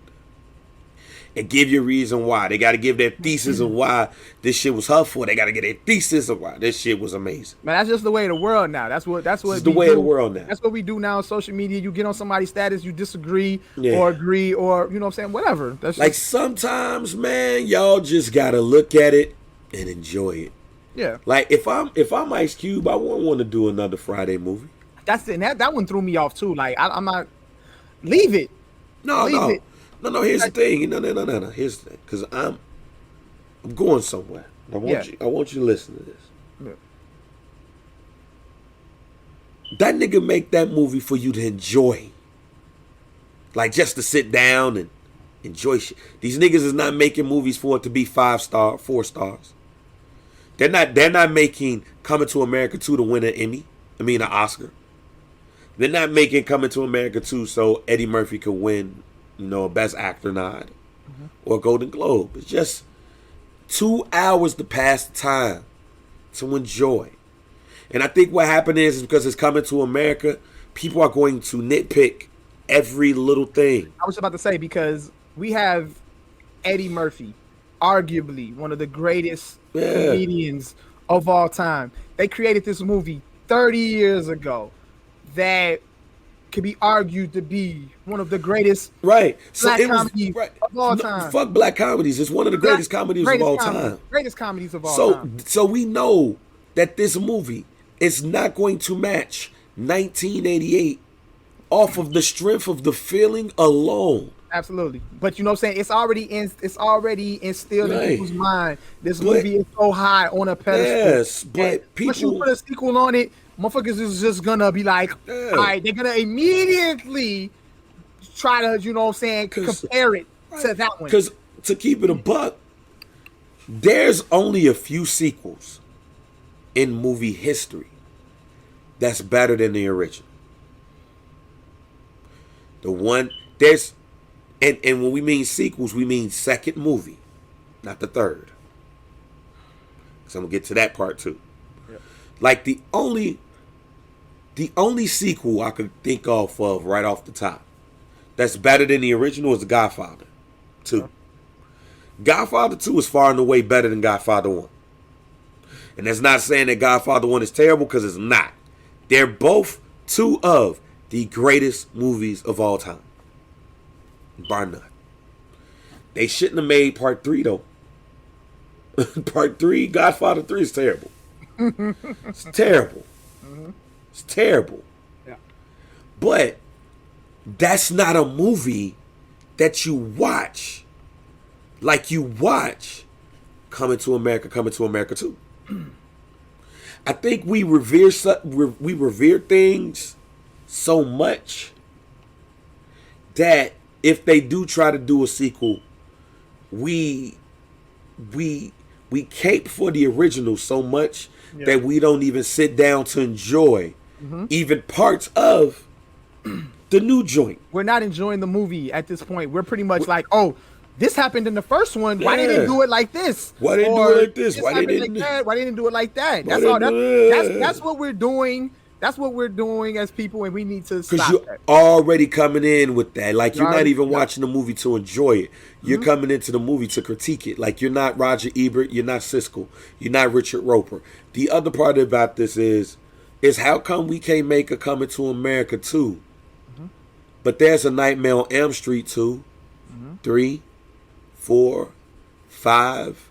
Freddy's Dead, The New Nightmare. But I think with Nightmare. But you know how it is with scary movies. No, the majority of all scary movies got. Nah, I'm gonna tell you what it is, G. Shit. It's us niggas. It's us niggas, because they was about to do it with Friday, and next Friday was good. Oh man, Chris Tucker ain't in here. Oh, this movie gonna be whack. Turns out Mike Epps. To me, it's Mike Epps over Chris Tucker. Interesting hot take. Even though Friday is better to me, I like Day Day more than I like Smokey. Not mad at you. I equally enjoyed all of the Friday movies.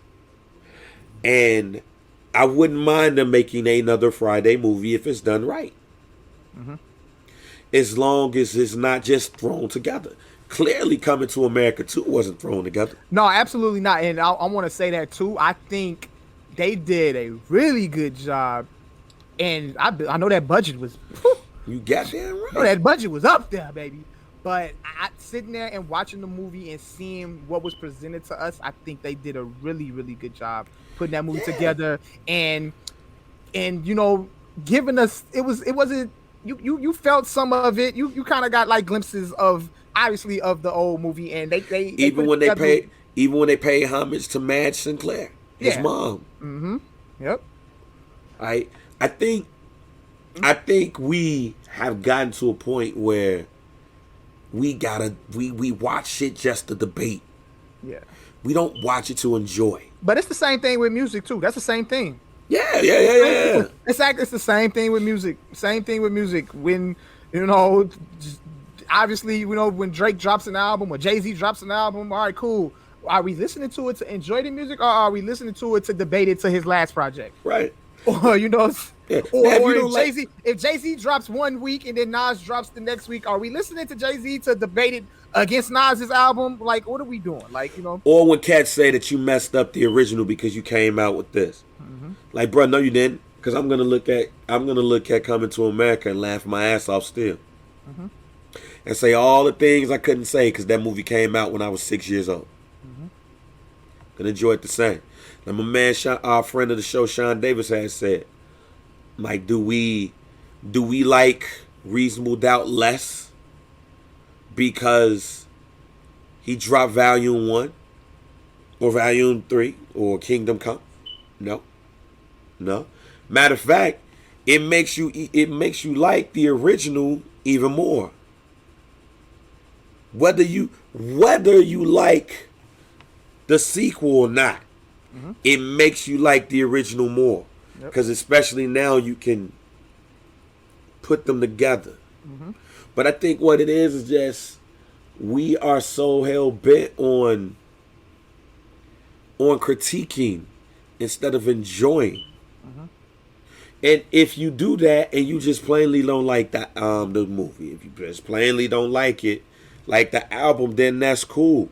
But I don't think that people are even giving things time.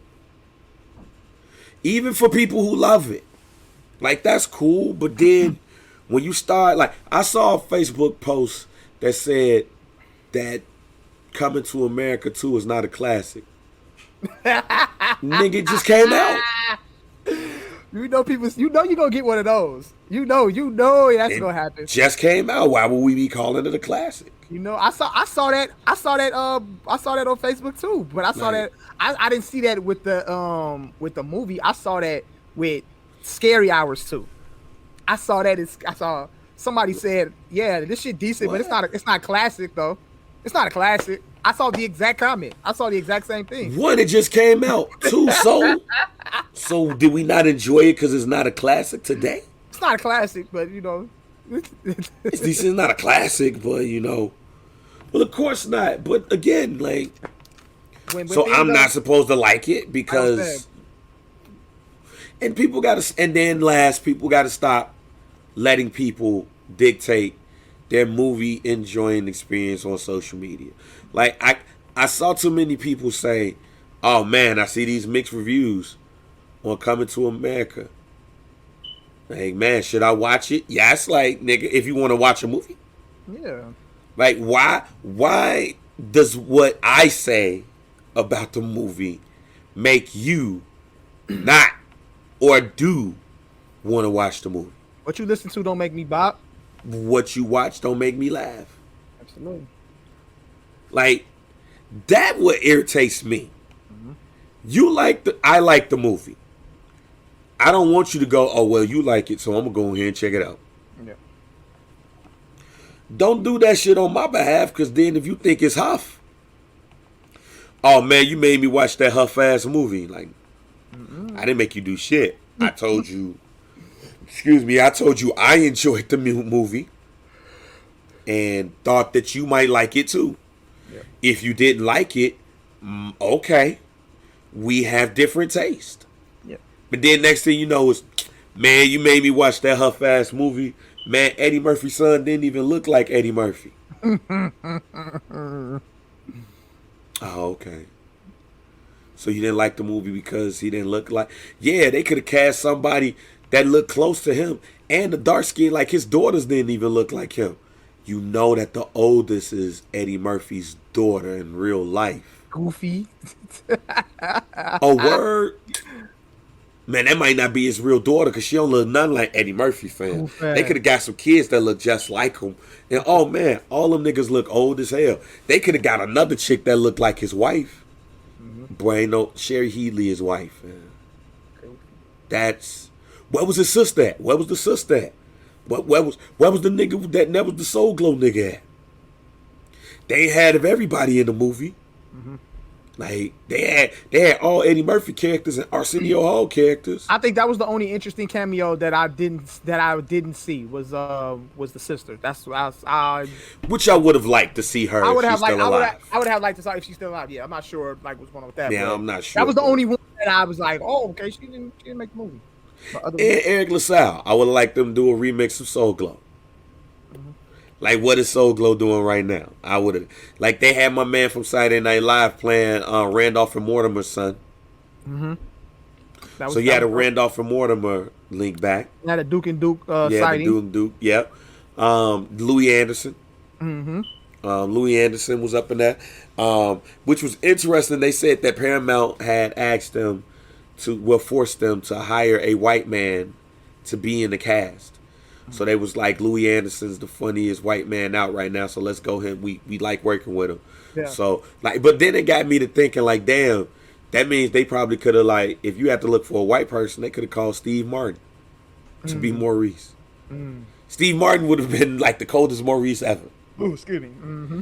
Like, imagine Steve Martin saying that if like I might be on, like, if I get a promotion, I'm gonna be on fries. And that's where the big bucks started coming in. Imagine if that was Steve Martin or Martin Short or like John Belushi or like Jim. I think it's Jim, the one that's still alive. Jim Belushi or some motherfucker like that. Dan Aykroyd or some shit like that.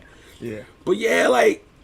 But overall, though, I enjoyed the movie. Yeah, I enjoyed it. I thought it was funny. I didn't go into it with high expectations or anything like that. Because it's 30 years later, and at the end of the day, I knew we was gonna get, but overall though, it exceeded my expectations. I had expectations because I wanted it to be good. Yeah. And it ended up being solid, so I take it. Yeah, it's a solid movie. I give it 2.5. I give it 2.5 bangs. Yeah. Okay. I give it 2.5 bangs. I mean, it's a movie that. And what's crazy is when I say the shit, when I say I probably wouldn't watch it again, it's a lot of movies I'm probably not watching again. Yeah, I probably won't run that back unless it comes on TV or some shit like that. Then and it's not gonna. I mean, it's on Amazon Prime. It's probably not gonna come on TV. It's there to your disposal. You know what I'm saying? Whenever you want to watch it. Gone is that day when, like, you get the TNT world premiere of, the USA world premiere of, you never know. The NBC world premiere of, might make cable. You never know. They like. I think if it goes to a straight to streaming site, that's just there. Mm-hmm. If it goes straight to streaming, which is funny now that we say that. Like, man, when movies used to come out on video, and we didn't get the video, we used to love it. Yeah. When it like the NBC world premiere of Teen Wolf, starring Michael J. Fox. Like, oh shit, we got to get the commercials though. Yeah. Like with the Running Man and shit like that. You be like, oh shit is on regular TV now. Yeah. Oh man, like it come on CBS on Sunday. Like the world premiere of Indiana Jones and the Temple of Doom only on ABC. Like, them shit's dead now. Like, just enjoy the movie or don't like the movie. But I think people are critiquing it a little bit too hard, man. I mean, we got a lot, but there's not a lot of stuff going on in sports. I mean, we got the All-Star game tomorrow. Do we care about the All-Star game? I mean, we gonna watch. They switching it up a little bit this year. You gonna watch? Yeah, I'll check it out. Why not? Like, is it gonna be fans in the stadium? Atlanta have had fans in their stadiums this year throughout games. Yeah, because LeBron got into it with somebody at courtside. So yeah, I'm expecting it to be fans there. I don't know what they're gonna do, if they're gonna add virtual like fans. 25% capacity or something. Probably be 30% capacity, but yeah, I mean, I'm looking forward to it, I guess. I'm not looking forward to it, but I'm going to watch. The shit at halftime, like, everything is at halftime. I'm interested to see how they're going to play that out. Yeah, I want to see how that works. I want to see how the halftime shit works. Yeah, with the three-point contest, dunk contest. I think the three-point contest is before the All-Star game. It is? Three-point contest and skill contest is before. The dunk contest is at halftime. So that's how they doing it. Oh, okay. So the two events before and dunk contest at halftime. So I'm interested to see how that's gonna be. I mean, yeah, the greatest superstars come together and play a game. I mean, yeah, sure, why not? Sure, why not? Who's the All-Star MVP tomorrow? Well, who wins?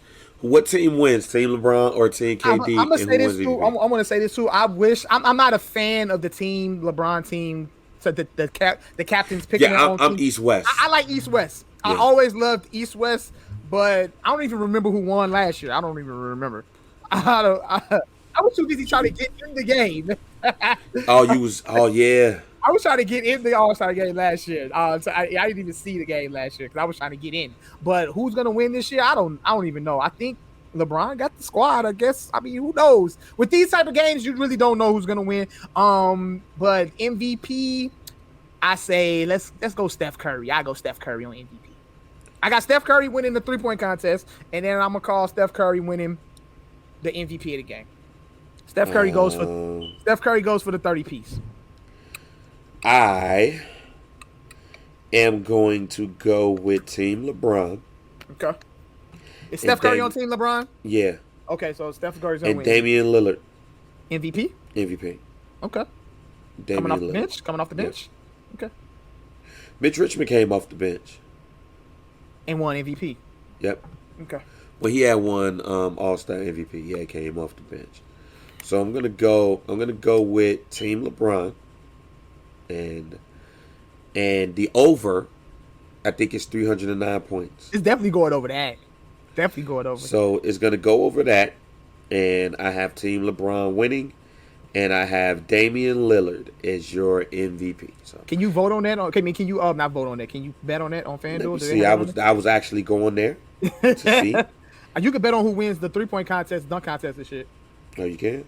Yeah, you click NBA All-Star. They got slam dunk contest, skills contest. Who wins the skill contest? We got Luka, Chris Paul, Julius Randle, Sabonis, Vucevic, and Robert Covington. A lot of big niggas. I don't see where you could bet all the prop bets. Prop bets. Well, you click NBA All-Star, then they got the bets like right there. Okay. 3-point contest: Steph Curry, Zach LaVine, Donovan Mitchell, Mike Conley, Jaylen Brown, Jason Tatum. I guess Zach. There's literally only one shooter on this whole thing. Like, Zach hit threes, yeah, but he's not a pure 3-point shooter. The only shooter. I'm a big Zach on that. I'm gonna go Steph Curry. Steph Curry gonna win. Why is Jason Tatum and Jaylen Brown on here? Why are they in the 3-point contest? Like, bro, get some real shooters. Get some real shooters here. The slam dunk contest. We got Cassius Stanley, Obi Toppin, and Anthony Simons. I don't even know these niggas. Wait a minute. I see these matches, but you gotta put me on the game because I see these match bets. So they got Joe Embiid and Giannis, who will have more points. Whoa, where that's at? Like if you go to player props. Oh, I might go crazy for this tomorrow. Yo, you gotta show me what you. I don't see that. Under the All-Star game? Yeah, is Zach gonna have over or under 9 points tomorrow? Oh, here we go. There go the props. Oh man, I might go crazy on this tomorrow. Okay.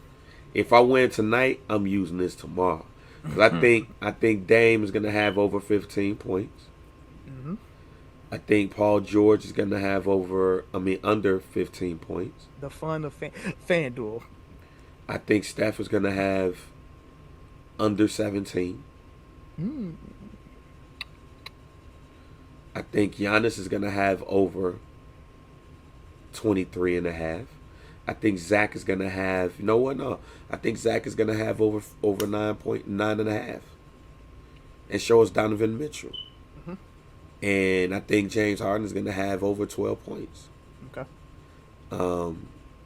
Zion is going to have over 13 points. Yo, I might go crazy with this tomorrow. I might put 25 in this bitch and just put 5 on a couple of these motherfuckers. Okay. I'm laying something. I told my wife I wasn't doing nothing until next Wednesday. Oh, but man. I might get on there and throw something down. I get paid next Wednesday. Mm-hmm. But I gotta get a few more wins though. Man, I might have to look at this tomorrow. If the UFC do me right tonight, bet it back. Run that back. Then if I run it back, shit, it might depend. Oh man, that might be lit. Fuck you talking about, man? Shit. We might do a prop bet if Russell Wilson's gonna end up with the Bears, man. What you think about that shit? Bang. You know what? This shit is so mind-boggling to me. You want to know why it's mind-boggling to me? Why is that? I can't believe that this Russell Wilson getting traded from the Seahawks is getting this much steam. Yeah, like this is a thing. It went from 0 to 60 real fucking quick. I can't. I'm shocked.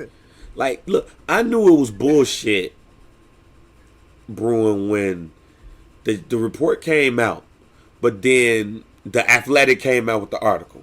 Yeah. About Russ's unhappiness. And they said that he picked the Raiders. Said that he picked the Cowboys. They said that he picked, I forgot what the other team was, and the Jets. And then his agent came out and was like, yo, we ain't asked for no trade, but if we were, they named the 3 teams and removed the Jets and said the Bears. And I said then, I told my father, I said, well, that's smoke, that's fire. Because basically that was a get my team right situation.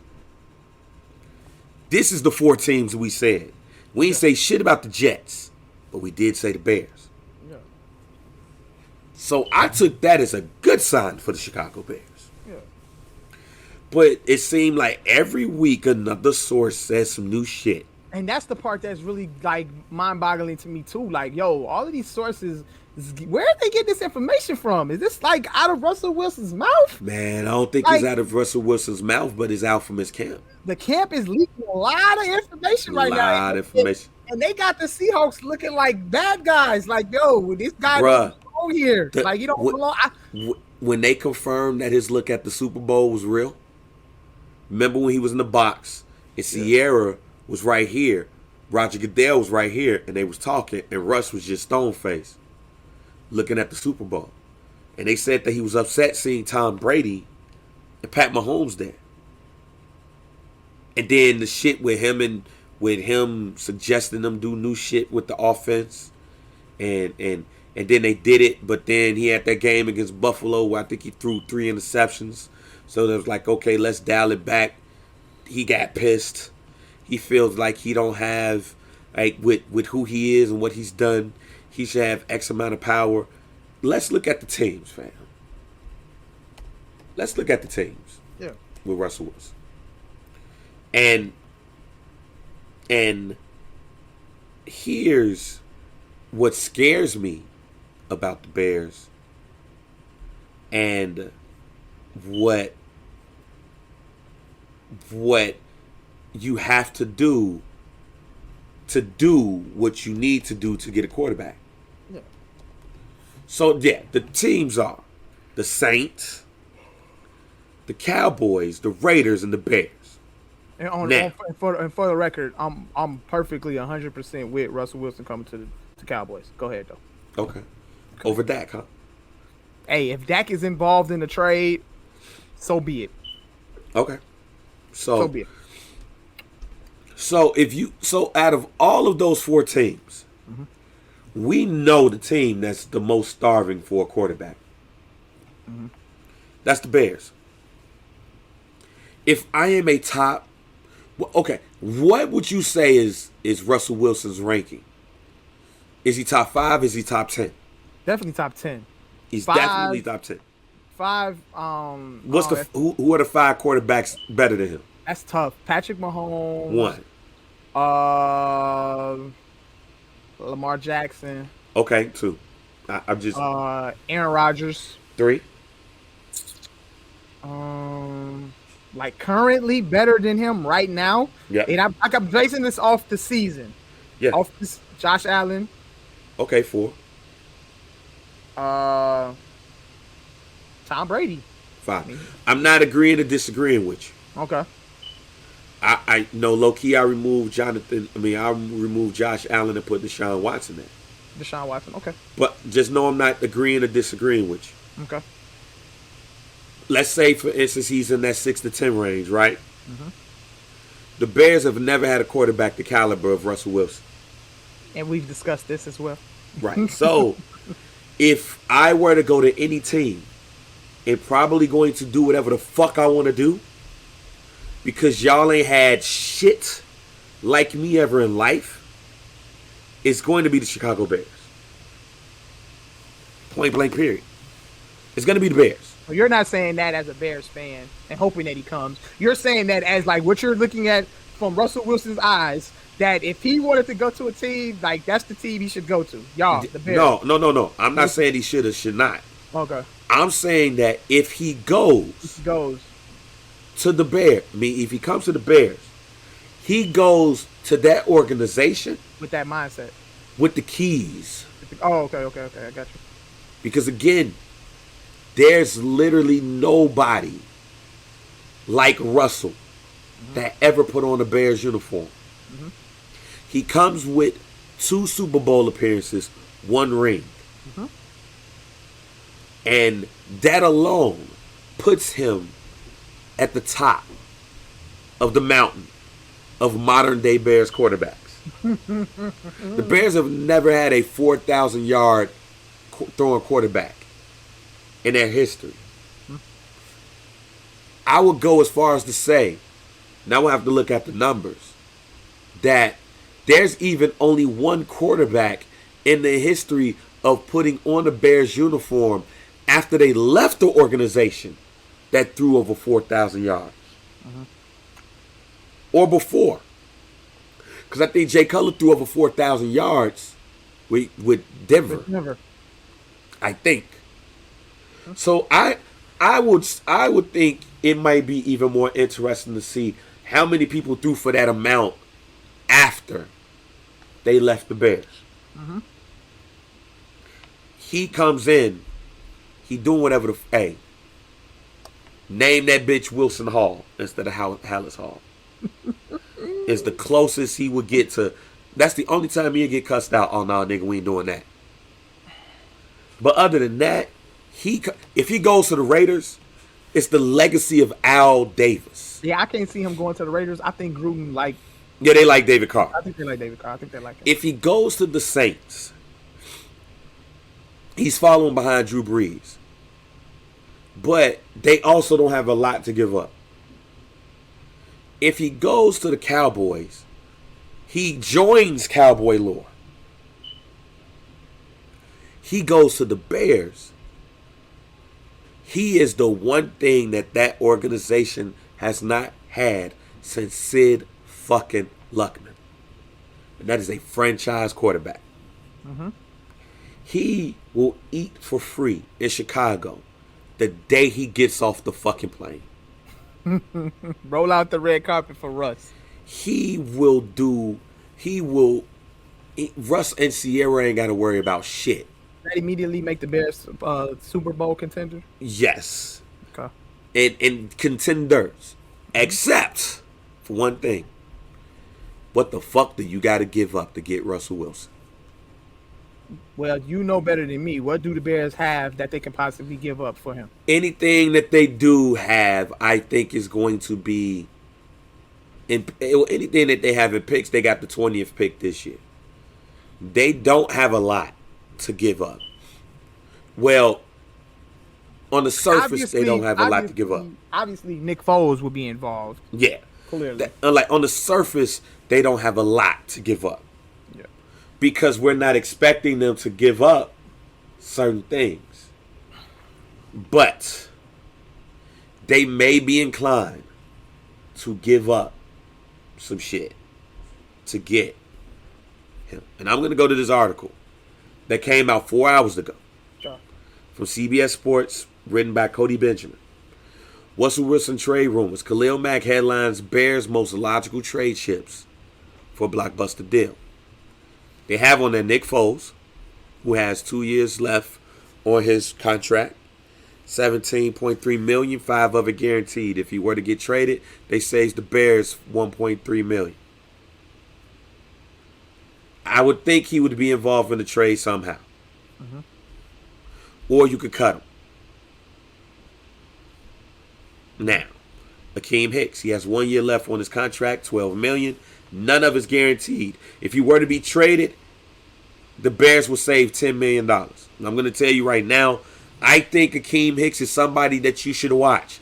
Not only just in trades, but when the new league year starts in a couple of weeks. He's somebody I would not be surprised to get cut by the Bears. Okay. Here's why. 1 year, $12 million, none guaranteed. You save $10.5 million. If you cut him, not if you trade him. If you trade him, if you let him go, you save $10.5 million. He has no more guaranteed money left. Okay. And you got Eddie Goldman coming back. And Bilal Nichols has stepped up. I would not be shocked or surprised if we've seen the last of Akeem Hicks inside of a Bears uniform. Okay. Khalil Mack. He currently has $1.2 million left on his contract, 16.7 of which is guaranteed. And if he's traded, you save $5.2 million. Contracts match damn near. Khalil Mack is 30. We do know also that this might be the easiest way for you to get Russell Wilson, because you're trading a superstar for a superstar, and you might not necessarily have to add as many picks as you would think, because you're adding a superstar with a superstar. Robert Quinn, they just got him. He did not perform up to the level which they wanted him to. He has 4 years left on his contract, $63.9 million with $11.5 guaranteed. If he's traded, they say $2.3 million. But you could trade Khalil Mack and say you have Robert Quinn on the other side. But that money too. Another person who I expect to be in a trade, because I'm going to tell you the two players that I expect to be in a trade, because they're also, apparently, according to Jeff Darlington, the Bears have offered the most for Deshaun Watson thus far. And it's not even close. Yeah. Kyle Fuller has 1 year left on his contract with $20 million. At $20 million. And there's no more guaranteed money left. And if they trade him, they save $11 million. So I'm going to read this. Like Hicks, Fuller made the man a legitimate trade market in a few years back, when the former first-round pick earned back-to-back Pro Bowl nods and even posted a 7 interception season. Chicago would still be better off keeping him, but with a big 2021 cap hit and 2022 free agency looming, he's expendable. For the Seahawks, he'd represent an instant fix at corner, where Shaquille Griffin and Quentin Dunbar could head elsewhere. 29, he's still young enough to earn an extension. And then they put Jalen Johnson in there, saying that, hey, you got a young corner fresh off of a dope rookie season. He has the upside to be a number one corner. And that's why he's more valuable than anybody but Mack. So you can trade Jalen Johnson and pair him with some other picks and get Russell Wilson. Now, I'm going to say that the two players that I expect in any trade involving the Bears and a quarterback would be Akeem Hicks and Kyle Fuller. With everything that's going on, I can expect them to be gone. Along with possibly future first-round picks. Not this year's 20th pick, but future first-round picks. Yeah. So let's say the Bears 2020, the Bears 2022, the Bears 2023 first-round picks, Then you put Akeem Hicks and you put Kyle Fuller in there. And a third round pick of this year. And you get back Russell Wilson.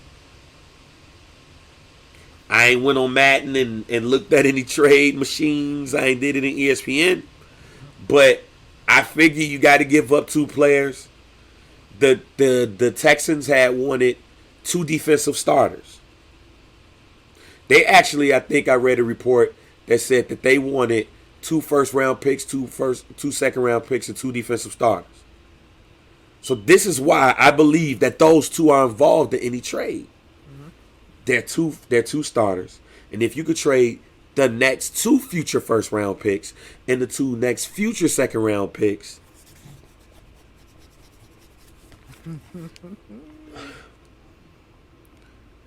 I think that's who the Bears. I think that's what the Bears is calling and leaving on the Texans voicemail.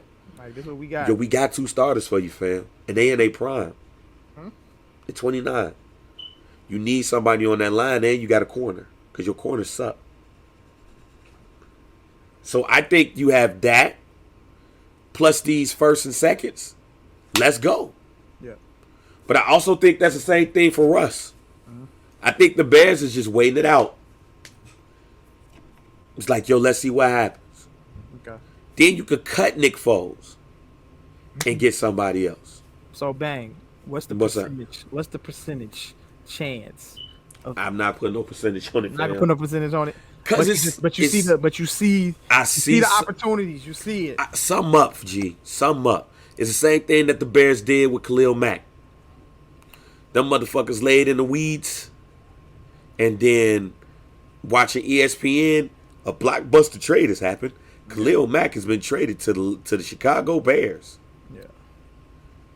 So, I think if I'm the Seahawks and I'm the Texans, and I know that the Bears are willing to give up that much for one of the quarterbacks,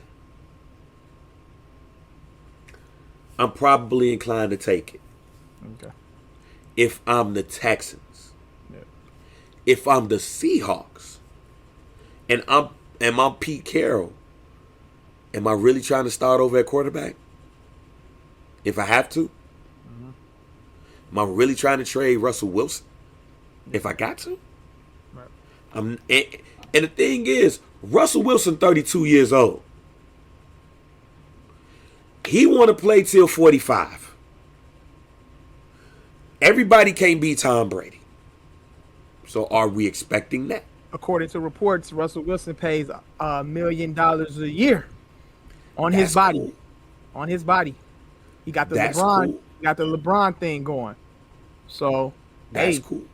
If those reports are true and Russell Wilson is in the gym like that, taking care of his body, 45 is doable. That don't mean he's gonna be good until that time. That's true as well. True as well. So yeah, I think something is up. I think the Bears are shooting hard at those 2. I'm just not sure if it's going to happen. If you force me to put a percentage on it, I'm 20% sure that the Bears is going to get one of those 2 at quarterback. I'll say this. This is my take on it. I think Russell Wilson stays a Seahawk. Okay. I feel like whatever it is that's going on within that organization, they've accomplished a lot with Russell Wilson. Clearly, like I always said Tom Brady would never like play in another jersey. Right. And he did. But he did it on his own terms as well. Yes, he did. This one right here, I can't really see this happening. I think they really sit down and they figure out what the hell is going on, figure out what happened, and why that they didn't finish what they started this past season. Because Russell Wilson at the beginning of the season, MVP. Yeah. This is his best season ever. Let Russ cook. He looking as great as he's ever looked. That's what we were talking about at the beginning of this year. And then for whatever reason, the season went to shit. I feel like that's something that's easily could be repaired within.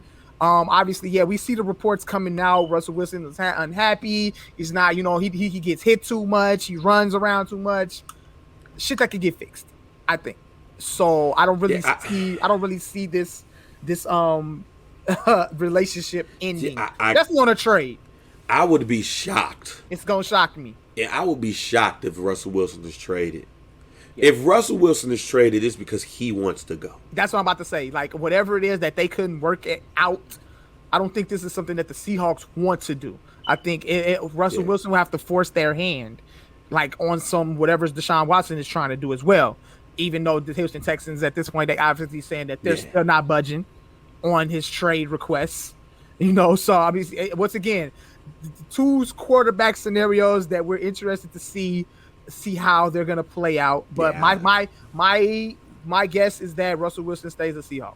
Yeah, it's all around Russ, and that's why I'm gonna give it 20%. Because we know Deshaun wants to go. Oh yeah. And if I'm the NFL, I'm getting involved in that. I'm mediating that. You can't have one of your best young players in the NFL at the quarterback position, the glamour position in the NFL. Mm-hmm. You can't have one of those players sitting out for any amount of time. Yeah. I think the league has to get involved and mediate because and figure out what the hell. Yeah, that ain't a good look. That's yeah, because Deshaun Watson pretty much is clear that, you know what I'm saying, he's not gonna... that's not a good look at all. Mm-hmm. With that being said, like, the Jets is the only reason why the Jets of Miami got too much shit to offer. But if the Jets are locked in on Zach Wilson as the number 2 pick, if they looking at Zach Wilson, if they looking at this white boy from BYU, who to some has been being compared to Pat Mahomes, a poor man's Pat Mahomes. Mm-hmm. If people think that highly of that young man in the Jets organization, that they feel like between him and the other assets that they have, that's over Deshaun Watson. Deshaun Watson's coming to Chicago. He's coming to Chicago if he's traded. Like, that, Deshaun Watson to me is a top 5 quarterback. To me, to keep it a buck, he's the second best quarterback in the NFL to me. Okay. And I am one of those people that think that Pat Mahomes and Deshaun Watson are interchangeable. Mm-hmm. I think if you put Deshaun Watson on Kansas City, they have the same amount of championships. Mm-hmm. It's Pat Mahomes. That boy that damn good. He looked good while these niggas look terrible at 4-12. And tried as hard as he could to keep these motherfuckers in game. But they had shit. Mm-hmm. I don't disagree with you at all. It's just, with all of that being said, like, it would be hard for me to trade him if I'm the Texans. It would be easy for me to trade for him if I'm the Jets. Or if I'm Miami, if you have Tua Valonga, however you say his name. Yeah. But it's not just about him. It's about the assets that you have. And if I'm the Jets and I think that highly of Zach Wilson, I'm probably not trading Deshaun Watson.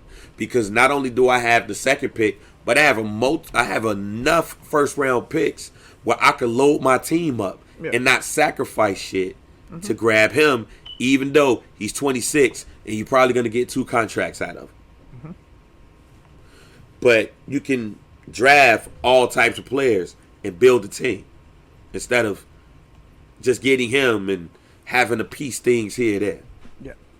But if I'm the Bears, and even if Ryan Pace does this, they suck next year and get fired, you still have Russell Wilson. If Matt Nagy is still there next year, you still got Russell Wilson. Mm-hmm. And I do believe that Matt Nagy should be around a Russell, a vet, more than he should be grooming a rookie. And that's my thing. Last thing before we get out of here, the slander of the Utah Jazz. And I just want to say this. I am not with the slander of the Utah Jazz, ladies and gentlemen. LeBron James had said after picking Rudy Gobert and Donovan Mitchell last. What did LeBron say? He said that it's no offense to Rudy and Donovan, but when you played video games when you were younger, you didn't pick the Utah Jazz. Where to lie?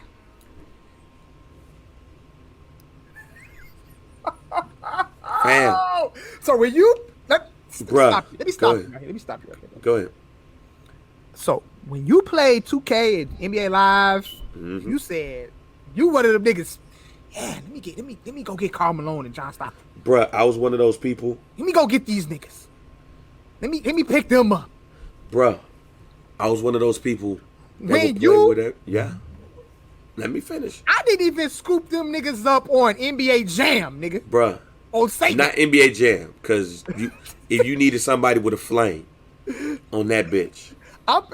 You know I used to beat niggas. Who's your favorite team on NBA Jam? I used to kill niggas with Chris Mullin and Golden State. Ooh, okay. I didn't play with them. My favorite team was Sean Kemp and Della Shrimp.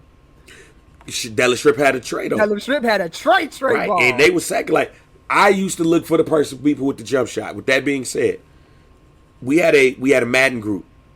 I mean, a 2K group. Yeah. A 2K league. In 2K11, I end up having to pick the Utah Jazz with Deron Williams, and Mehmet Okur. I was killing niggas with Deron Williams and Mehmet Okur. Mehmet Okur hit that 3 on the corner. Now, I mean, that's Jump cool. shot. I mean, that's cool. I mean, if you know how to play the game, you can. But that's what I'm going. If you know how to play the game, you can play with any team. You can play with any team. Yeah. And even with the live years, like my cousin D, I'll never forget one game we played over his crib. We played NBA Live 96 or 97, I believe. I believe it was 97. This nigga beat the shit out of me with Utah. This nigga John Stockton had 30 assists that game. He beat the shit out of me in front of my older cousin. And I ain't want to lose in front of my older cousin. That's my older cousin. Yeah. It's like my brother. Yeah. It's like my big brother. And he looking at me like, damn, why you getting your ass beat by Utah, fam? Yeah. Karl Malone and John Stockton whooping y'all motherfucking ass. But don't forget, Jeff Hornacek was on that bitch too. So they had Jeff Hornacek that could shoot that tray. John Stockton, whose defense was up. And you still had a 15-foot jumper for Karl Malone. Now, they're lame as hell because it's Utah. Ain't nothing sexy about Utah, dog. There's nothing sexy about the Utah Jazz. Yeah. But if you know how to play the game, yeah, absolutely. Of course you gonna beat niggas with two of the best players of all time. Mm-hmm. Now, if it's that dry spell when you ain't have nobody, that's cool. But then they even had Deron Williams. You was killing niggas with him. And then they got Donovan. If you can hoop, if you know how to play the game, if you know how to play live, you know how to play 2K. When I play live, I used to get the Chris Webber Sacramento Kings. That's why I get J. Will, Chris Webber, Paige Stoyakovich. And don't nobody give a fuck about Sacramento. But nah. They had Jason Williams though. That's chocolate. That's why I said they don't give a you don't give a fuck about the city. Yeah, but it's the players. Players. And if you knew you had a roster, nigga, Joe Ingles be killing nigga on TV with the export fitness game. Mm-hmm. I'm gonna say this though. Like LeBron is right about, like, you know what I'm saying, nobody picks up Utah. Now, Rudy Gobert getting picked last, I'm perfectly fine with that. Donovan Mitchell shouldn't have got picked last. Donovan Mitchell should have not gotten picked last. He should not gotten picked at last. All. That's why that's why that excuse was terrible as hell. Because that was weak. If you know how to play the game, you're gonna pick these niggas. I know niggas who was picking them. I was one of them niggas that was picking them. But shit, I was picking Charlotte before they had LaMelo Ball. Yeah. When they just to prove a point to niggas. Yeah. We was picking Milwaukee before they had Giannis. Yeah. But there's no way I'm picking Sabonis.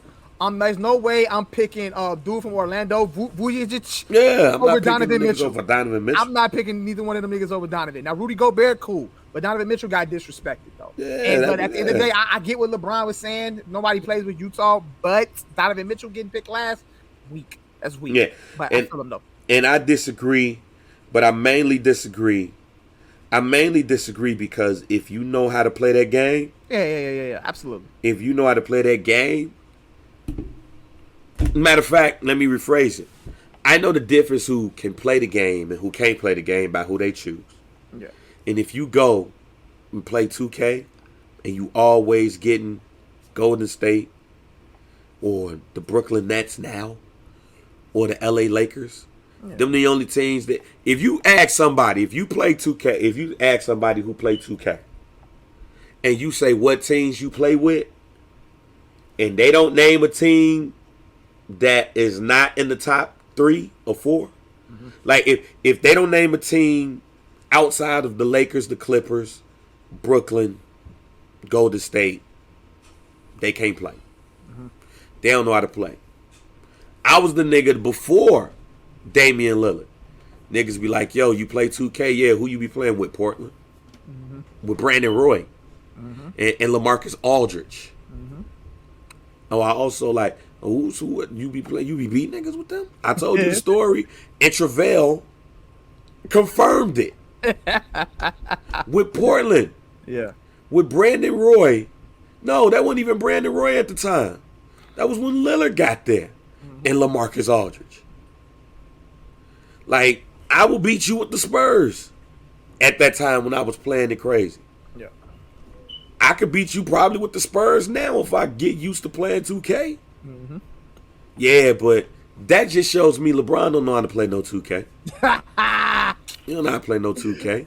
I ain't mad at that. He don't know how to play no 2K at all. Nigga, like, hey, who you play with? Oh, I'll be beating niggas with the Cleveland Cavaliers. The only thing when Brian was picking, the only thing in his mind was Utah. I don't never remember playing with Utah at all. He never played. He never played with you. He never played with Utah. Why? Because that nigga be playing. He be playing with the loaded teams, man. Yeah, there you go. Play me. I'll get the Cleveland Cavaliers, G. Yeah. And compete with niggas. That's what's supposed to happen, man. Hey, man. Shouts out to Shaq, who almost died at AEW. That's all I got on that one. I'll talk about that more. Crazy. I know. You and Cam will talk about that more. Yeah, we gonna. I don't know, man, because Cam had me rolling. Cam had me rolling. Yeah, Shaq going through tables now. That nigga Cam refused to watch it. He wasn't with it, huh? That nigga refused to watch it. Well, he's gonna see the highlight, I'm sure. That nigga was like, nope. I sent them the highlight. I was like, man, tune in. We gotta talk about this on the pod. That nigga was like, nope. I'm going to the store. That nigga said, I'm going to the store. Crazy. Going to the store. Hey, man, he took that hit. That's all. Yeah, he took that joint. He took that bump, man. All right, G. Any final thoughts, man? Any hot takes in this show? I don't know. That's my hot take. Russell Wilson stayed with the Seahawks. Steph Curry wins the 3-point contest and gets the MVP. Kemba Walker is trash. Y'all niggas get off my status talking about Kemba Walker is injured and all that shit like that. You know, I don't want to hear that bullshit. Who was the nigga that said that was talking all that shit about Brad Stevens? Don't do that. That's my cousin. That's my cousin. Shout out my cousin J Poke. He is a listener of the pod. Yeah. Milwaukee. Tell me about the great. Tell me, because right now, matter of fact, this is what we do real quick to end the show. Who's your first half MVP?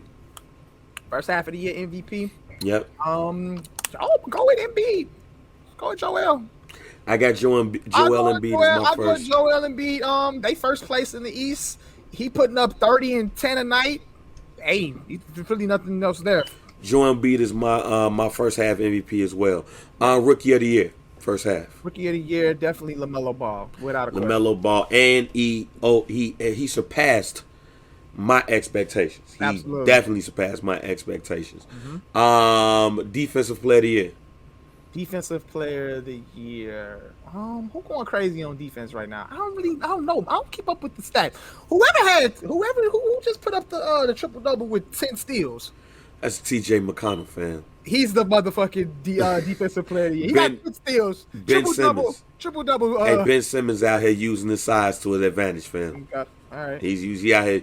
He's the reason why Philadelphia is, I think, a game and a half or a half a game out of the first seed in the Eastern Conference. Like, I think eventually Brooklyn is gonna take off, but Brooklyn versus Philly in the Eastern Conference Finals is going to be lit.